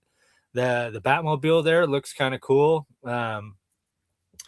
I'd say the biggest badass in this book is Jim Gordon, because if you pay attention, Batman is just copying Jim Gordon. He's following him around. Like, everyone thinks Batman's this great detective. Oh, he figured this stuff out. How did he figure it out? This book lets you know how he figures stuff out. He just copies Jim Gordon, apparently. Like, dude, I don't know what it is about this panel right here. Like, the rain coming down and Batman behind him. I thought it was really cool, and I thought it would make a really cool poster to have on the wall, or just a t-shirt or something, because it's like, I don't know, to me it says Batman's got your back, Gordon. Go do your thing. He's got your back, even if you don't even know he's there. And like he does right there, he starts getting shot and he just pushes him out of the way. He's like, watch out, dude. Like, they got guns. You brought your little Beretta. Get out of here. What are you doing? And it's like they're a good team. But like they said, Batman has to go in because they got more firepower than Jim. There's a lot of guys in there, and Batman's of the shadows. He can sneak in and beat the shit out of them, while they're not looking. And I think this book works really well because you get to see how Jim and Batman work together without it. There's just guys like to say we have these unspoken bonds. We can just, with a simple nod, we can say 1,000 words. This book says that to me between Jim and Batman. There's just simple nods between them all the time throughout this book, and I can't wait to see where he goes with this. This is really cool. I did start to read number 2 a little bit. I did not see the part where Jim became the Bat, but I'm looking forward to it. So next time we read, I definitely want to see Jim Gordon become the Batman. Yeah. Nice. All right. Can we hold on? Can we go back to the first panel just real quick? My bad. Just the Yeah. first panel. Is that chocolate Batman right there, bro? I swear to God, I was like, why isn't anybody noticing this right now? That's chocolate Batman down there, bro. I do. I see it right there on the Batmobile. Yep. I mean, where did they get it from? Do we know? Had to be from this book. Nice. He's always appears somewhere on this show. Good little call, Easter Rick. eggs, Good bro. call. Just a reminder, don't forget to get your Batman covers in Friday. You can start them any day of the week. It doesn't matter. They'll just get pulled over till Friday. Just remember to use the hashtag Gotham City Lights podcast. Tag me and also tag Cali Comics. That way it goes to at least 2 of us, so we're not missing anything. But yeah, definitely do that up. Get your covers in so you can be the community shout out. And before we do the community shout out, we got a special little tribute to everyone who entered in this week. So we're going to put this up on stage here just for all of you guys.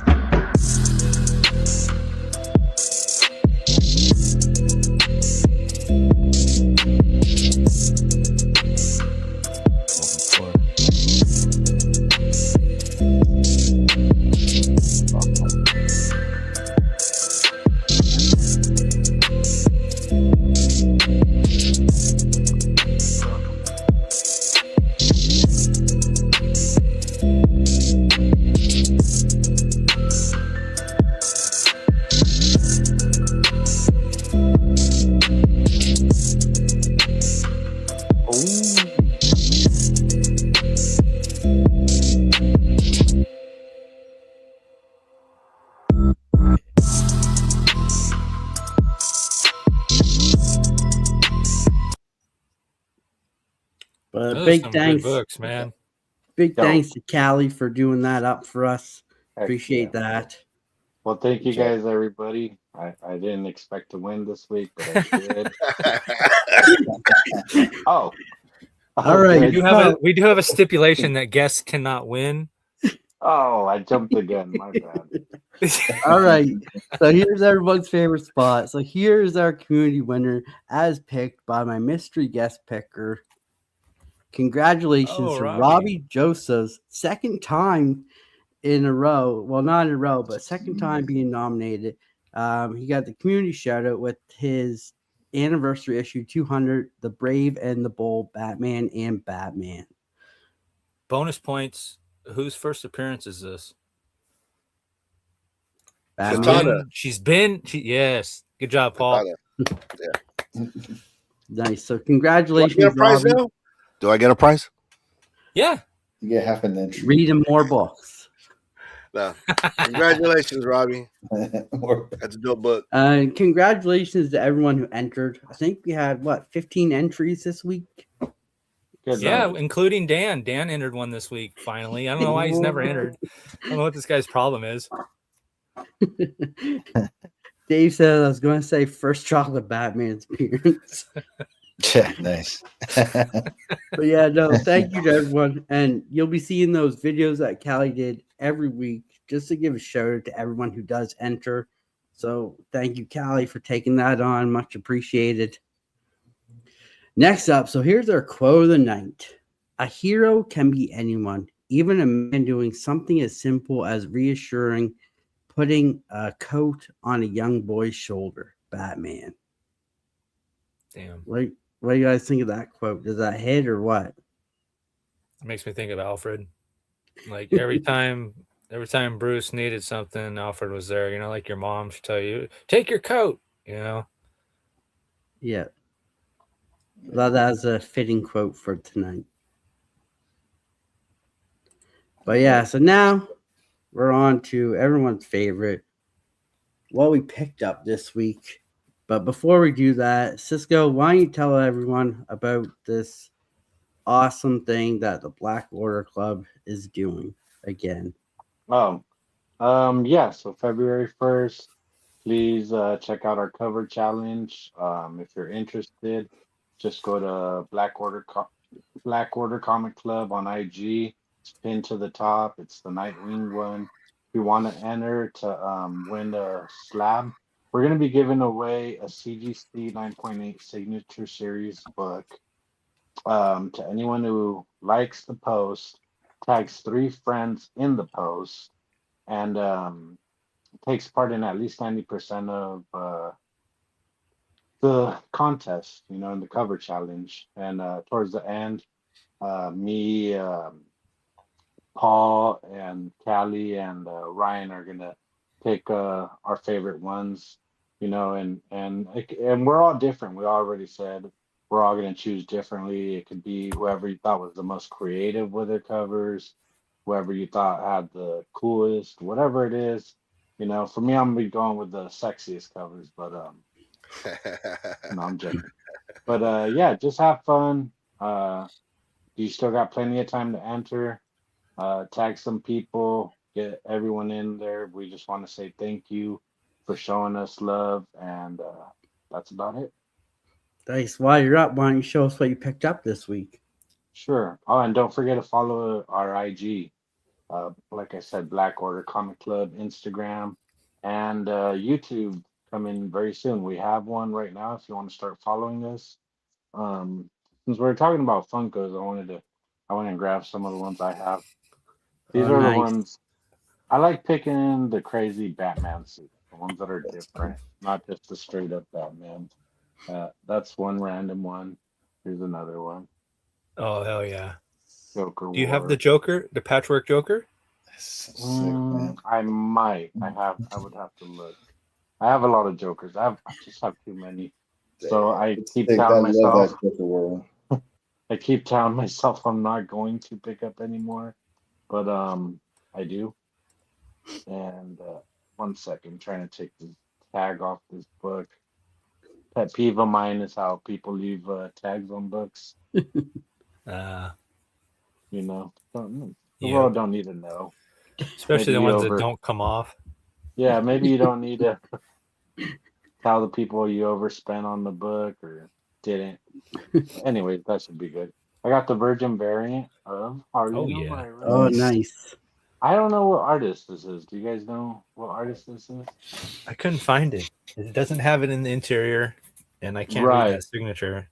Right, but that's the kind of art I love, where it's like semi-realistic, and it reminds me of some Adam Hughes or Lobo style Yeah. art. So whoever this art is, if anyone knows in the comments, let us know. I would love Yeah. to Yeah, pick sick. up some more of their stuff. I was showing the guys before we started. I have this dollar. You see, I got this at San Diego Comic-Con one year when they were doing the Heath Ledger Joker. They were just, as you walk in, they're handing them out. It's a real dollar. They just Joker Oh, no. them. So Awesome. that's been something cool I've hung on to. It's- I got this variant. I seen it in the shop, and I was like, "That's hard." But Well, it's, that's nice. yeah. Yeah, that's bad. Damn. Nightfall Yeah. versus the Man of Steel. Yeah, this is gonna be what wins next week, but it's cool. Just warning y'all right now. Yeah, just Don't warning even y'all, just try. go ahead and enter. Or Bring maybe your I worst. maybe I get sneaky and drop this one. I did show this one Tuesday, but I'll show it again. This Oh, is nice. Yeah. by Felix Leon, artist from Mexico City. He does variants for DC. He did a nice little Wow. remark, bind, Remarks. So clean. A foil. sig and remark. So clean. Yeah, and he's a friend of the clubs, and in the future, if anyone wants to pick one up, it's there. We could definitely get that done. But check him out if you haven't. And that's pretty much it for me right now. Awesome. So before we jump on to the next person, I closed a poll and Absolute Batman won with 77%. All right. So It was a fun read. And I'm Yeah. glad I didn't have to remind you to close the poll because I forgot. so that Harley cover was done by Ben Caldwell. I will be Okay. looking him up. Cool. Thank you, Paul. You're All welcome. right. Paul, you're up. All right.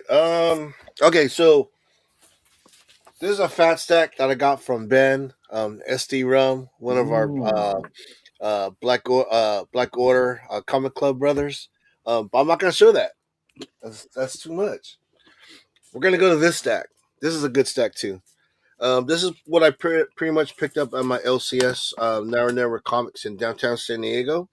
Uh, Bug Wars, Jason Aaron. Loved Bug Wars. I'm glad they came out with more Bug Wars stuff. I can't wait till the next volume comes out. Gonna read that. This has been dope so far. Jason Aaron kills it. Conan the Barbarian. Loving this. Jim Zub goodness. If you like Conan, you gotta read this. This shit's dope. And then more Conan.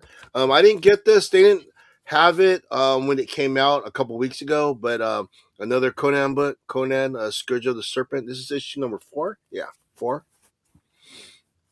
Titan. And then, so last week, I picked up Exquisite Corpses number 9 in a poly bag. And unfortunately, I haven't been opening the poly bags, so I didn't get to read it. So this week, I ended up picking up 9 without the poly bag. And this is the variant that I picked up. Nice. I hate this character. I don't know. Hopefully she dies in this one, but I don't know. I didn't read it yet. Nice. You die from flaming Dr. Peppers? No, she killed the character that I liked. I was like, oh, now I want you to What die. book was that? But you know what? If you guys haven't been reading Exquisite Corpses, James Chain the Fourth, it's a dope read. It's really good. And it's like, you know how they have it when they have like the playoffs, they have like a bracket. And she ended up moving forward, and the person that I enjoyed, she ended up killing him. So it's a good character. Excuse me. Yeah, okay, moving on. G.I. Joe number 18 in their John verse. Joe. And then on was it Thursday or Friday? When it was Thick Thigh Thursday. So I actually bought a book. I have this book already, but it was faster for me to just buy it rather than just go through my long boxes. But I bought this for Thick Thigh Thursday, and I posted that on my Instagram. And you know what? I gotta tell you guys, Black Order, man, we have some dope hashtags. And the fun thing is that it's not just exclusive to our club. If anyone out there sees any of our cover challenges and you think it's dope, dude, definitely join in the fun. But do us a favor, hashtag the theme and hashtag Black Order Comic Club, and we definitely appreciate it. And we'll give you love, man. I'm telling you. The thing is that we have a dope roster, and it just keeps on growing. And the thing is that if we see your stuff, you give us love, we give love back, man. We just no hate. I'm telling you, man. We're a good group of dudes, But yeah, Scorched, and that was issue 1. I was happy that my LCS they still had the issue 1. And the cool thing is that, yeah, instead of digging through the long boxes, I just picked it up. It was easy. Boy Rivals 26. This is what excuse me. This is what kicked off the Energon verse. I've been loving it. And the other thing is, I'm late to the party. Robert Kirkman is an amazing writer. I just didn't know. I never read any of his stuff until this. And now that I've read his stuff, I'm gonna go back and read some other titles that he's written. Eventually, just so much good stuff out there. My only DC book that I picked up, Batman book. It was Absolute Batman 16. Great read. Pick of the week. And then I read very few Marvel books. Mortal Thor, and this one, Infernal Hulk. This is issue number 3. Philip Kennedy Johnson, Nick Klein. Dude, that's a super team, man. They write great books, great story, great art. I just love it all around. So yeah, that was my last pick. Danny, thank you so much for having me on again. Dude, Friday nights, man. Gotham City Lights. Let's go. Awesome. Rude? Yeah, bro. I only got 2 books signed up on the show. And, it's the ones that Dan sent me. And they're so sick, bro. The book made it. Nothing happened to it. Good shit. It's so sick, bro. I can't really read the artist. I don't know if you guys know it, but it's just Lano. Greg Oh, Land. Lana, my bad. Greg Land. Land. Lano, bro. Oh, hell no. There you go. And then this one, bro. This one's sexy, dog. I'm still like amazed by this book. It's such a good cover, bro. What's up, Brad? Yeah, that's Oh, I'm Brad. gonna get my ugly mug out of there, but beautiful books, bro. Again, beautiful books. Nice. All right, so I only got 3. So I got the Detective Comics variant cover. No. Is that Perio? Perio? That's fire. No, it's Born Oh, Right. Bjorn. Berendez or Brendes. Yeah, that's the guy. That's who did Yeah, that Spawn that I Bjorn showed. Berens. Boston. Bjorn Yeah. Berens. He does a lot of Remember. Spawn covers. Yeah, that shit's dope. Bud Trevor Trevor would stuff. kill Yeah. that suit though. Yeah. So Bjorn that one, Berens. I picked up Batman Beyond Neo Year, the Okay. A cover. I need to read that. I need to read that comic. I read the wrong one. I read And the then- Neo. I Italian. don't He doesn't- know Yeah. who did this Thank cover, you, Brad. but I really like this cover. And it's I Am Batman #1, but I really love the cover. Ooh, that was a Wow. good one. It looks like a Huh. Martina. It's like a Francesco Martina. Ooh, that's nice. There's no Yeah. little signature. Yeah, I can't Nice. find no signature on it, and it doesn't have it on the cover. Just says variant Yeah. cover. Martina Okay. signs it. He puts Live Rock on it. It kind of sucks. I was about to say, yeah, you'd be able to tell if it was Martin. I guess we could open it and find out. I'm pretty sure it's Martina. It looks like that when he was He doing always all did of a them. cover in from like 180s to like It was like right at the current. end of the Italian Renaissance, or second That Italian cover's Renaissance. fire though. Yeah. Yeah, I think it's Martina. You're right. It says Martina. Nice. It's always 16 and Batman on a bike, right? Always. I But agree. yeah, so that's all I picked up. Great. But Very yeah, nice. before we go, let's see what's going on with everyone around the room. We'll start off with Rude here. Rude, what you got going on? What day is today? Friday. Well, I mean, we got big news coming from the comic book club, so stay tuned for that. Always the hashtag. Oh damn, bro! Court of Owls up in. Yeah. Wow, that's badass. Me, what else I got going on? I'm gonna be reading a ton of books because I got homework now. But I mean, even though I hate homework, there's some really Good good homework. books, Dan. Really good books. It's got me reading. It's got me, invested in these books. That I mean, we love Batman, right? And Tuesdays and went Tuesdays at Paul's. Amazing friends. Always a good time. Sometimes too much. But and then Wednesdays, bro. And Wednesdays always, bro. The variant with my boy Dan. It's Fridays, every Friday, bro. This is my favorite one right here. Nice. We got Check for Callie homework. up next. I didn't get to show off everything I got, so I just show my mask off. Sunday, I'll be on Bruce's show. We're going to be talking about some What up, Lalo? some variant books. One in particular that I brought up was this one, Spirit of the Shadows. I like this book a lot. I thought it was very clever. It gave me Jack the Ripper vibes, and we'll talk about it on Bruce's show on Sunday. It'll be after the meeting, so no worries, guys. All right. And then this book right here is called Malevolent. This is a variant for it. So this is a book about they cross demons and humans and make this chick, and she is like a demon killer. She eats demons. It's badass, dude. Pick it up. Pick up Malevolent 1. Just came out this week. It's great. Look, it's a great book. I think it's gonna be a hit. It's pretty fun. Other than that, stay tuned. Black Order's got some stuff coming for you, and we're gonna be involving everybody we can. So that includes you probably too. So if the phone rings, pick it up. All right. Nice. Let's Paul? go. So I've been blowing my nose with paper towels and toilet paper, so my nose is a little red. I sent my wife out, and she loves me because she got me the puffs uh with lotion. Oh man. It's Use it working, on bro. my nose. The redness is going So, down. yo, I'm gonna tell you, dude. Danny was calling me Rudolph when he first saw me. He's all, Oh, and then it no. was funny because I said, I wonder if Rude's gonna notice. And he's all, holy shit, what's wrong with you, Paul? I was like, That was oh, the first thing I said. I and said, Paul, are you sick?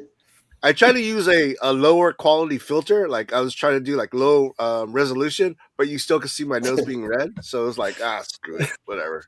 It's But funny that he I says Rudolph. definitely, You do look like one of those characters from the cartoon shows, dude. What up, Lalo? well, Little rosy nose.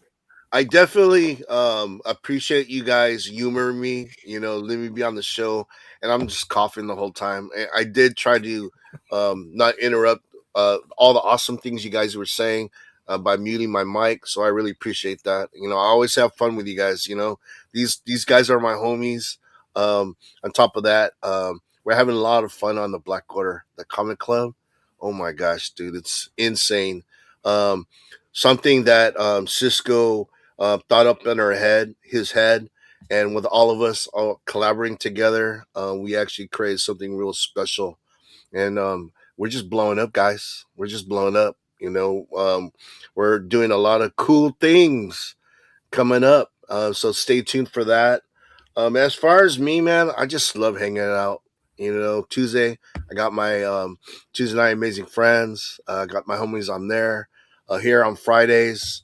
Um, yeah, I'm just definitely grateful, and if I could be here, I'm gonna be here. Yeah. So Danny, thank you. Rude, Callie, Cisco, I love you guys. So yeah, thank you. Awesome. Cisco, what you got going on? A lot of stuff. I want to say first off though, thank you for having me. This week was my first week being on Paul's show for the first time, and then my first time being on this show. So I'm pretty grateful for you guys letting me come on and plug some of the stuff going on with the club, our cover challenge, and just being here and hanging out with you guys. I've been watching now for a while, so it's cool to be here behind the stage and actually take part in some of this. And um, we got a lot of stuff coming up, a lot of announcements here in the near future. Just a great time to be out and be a comic book fan. So much craziness in the world right now. So this is an amazing retreat for all of us to get away from that craziness and just have some brothers that are there to support you. Thank you to our crows that were in here watching today. I know there's some of them watching, and we appreciate you. Appreciate all the brothers. Appreciate everyone that is involved in the comic community, regardless whether you're in our club or not. It's all love. Appreciate everyone. And pretty much that's it. Check us out. Check us out at Black Order Comic Club on IG or Black Order Comic Club here on YouTube. Big announcements to come. Awesome. Thank you. Awesome. So, up to me. You'll catch me here every Friday with these great gentlemen, as always. Rude, Callie, Paul. Thank you to Cisco for being on tonight. Appreciate it. Hope you had a blast. We try to keep it fun and entertaining here as best as we can, I guess. Also, I have my underrated indies coming out on Monday nights where I cover 3 underrated indie books that I think you should be checking out. We got The Variant with me and Rude on Wednesday. That's always fun. We have a new episode called Top 7 Indies that are my picks that are coming out for the week before. You got this on Friday. And also you have the history of it's Azrael this month. So history of Azrael in comics, which is super fun. We're learning about Azrael. And also don't forget to check out, I hit 300 subs. There's a great video out with me and Callie. All you have to do is do what the video tells you to do And in a week, me and Callie will be going live with the wheel, and you could win this great book here that Callie has, issue 300 Green Lantern. Graded 300. So definitely. And then I got a couple issue 300 books that are in there as well, which will be fun to see. But yeah, I just want to say thank you to everyone in the chat, everyone watching who doesn't in the chat, but we're still watching. We all appreciate you. Hope you guys have fun. And you know what I say? It's got to be that time that bat light has to go out, and now's the time. So till then, we'll see you next Friday with another great show. Have a good one. I never said thank you.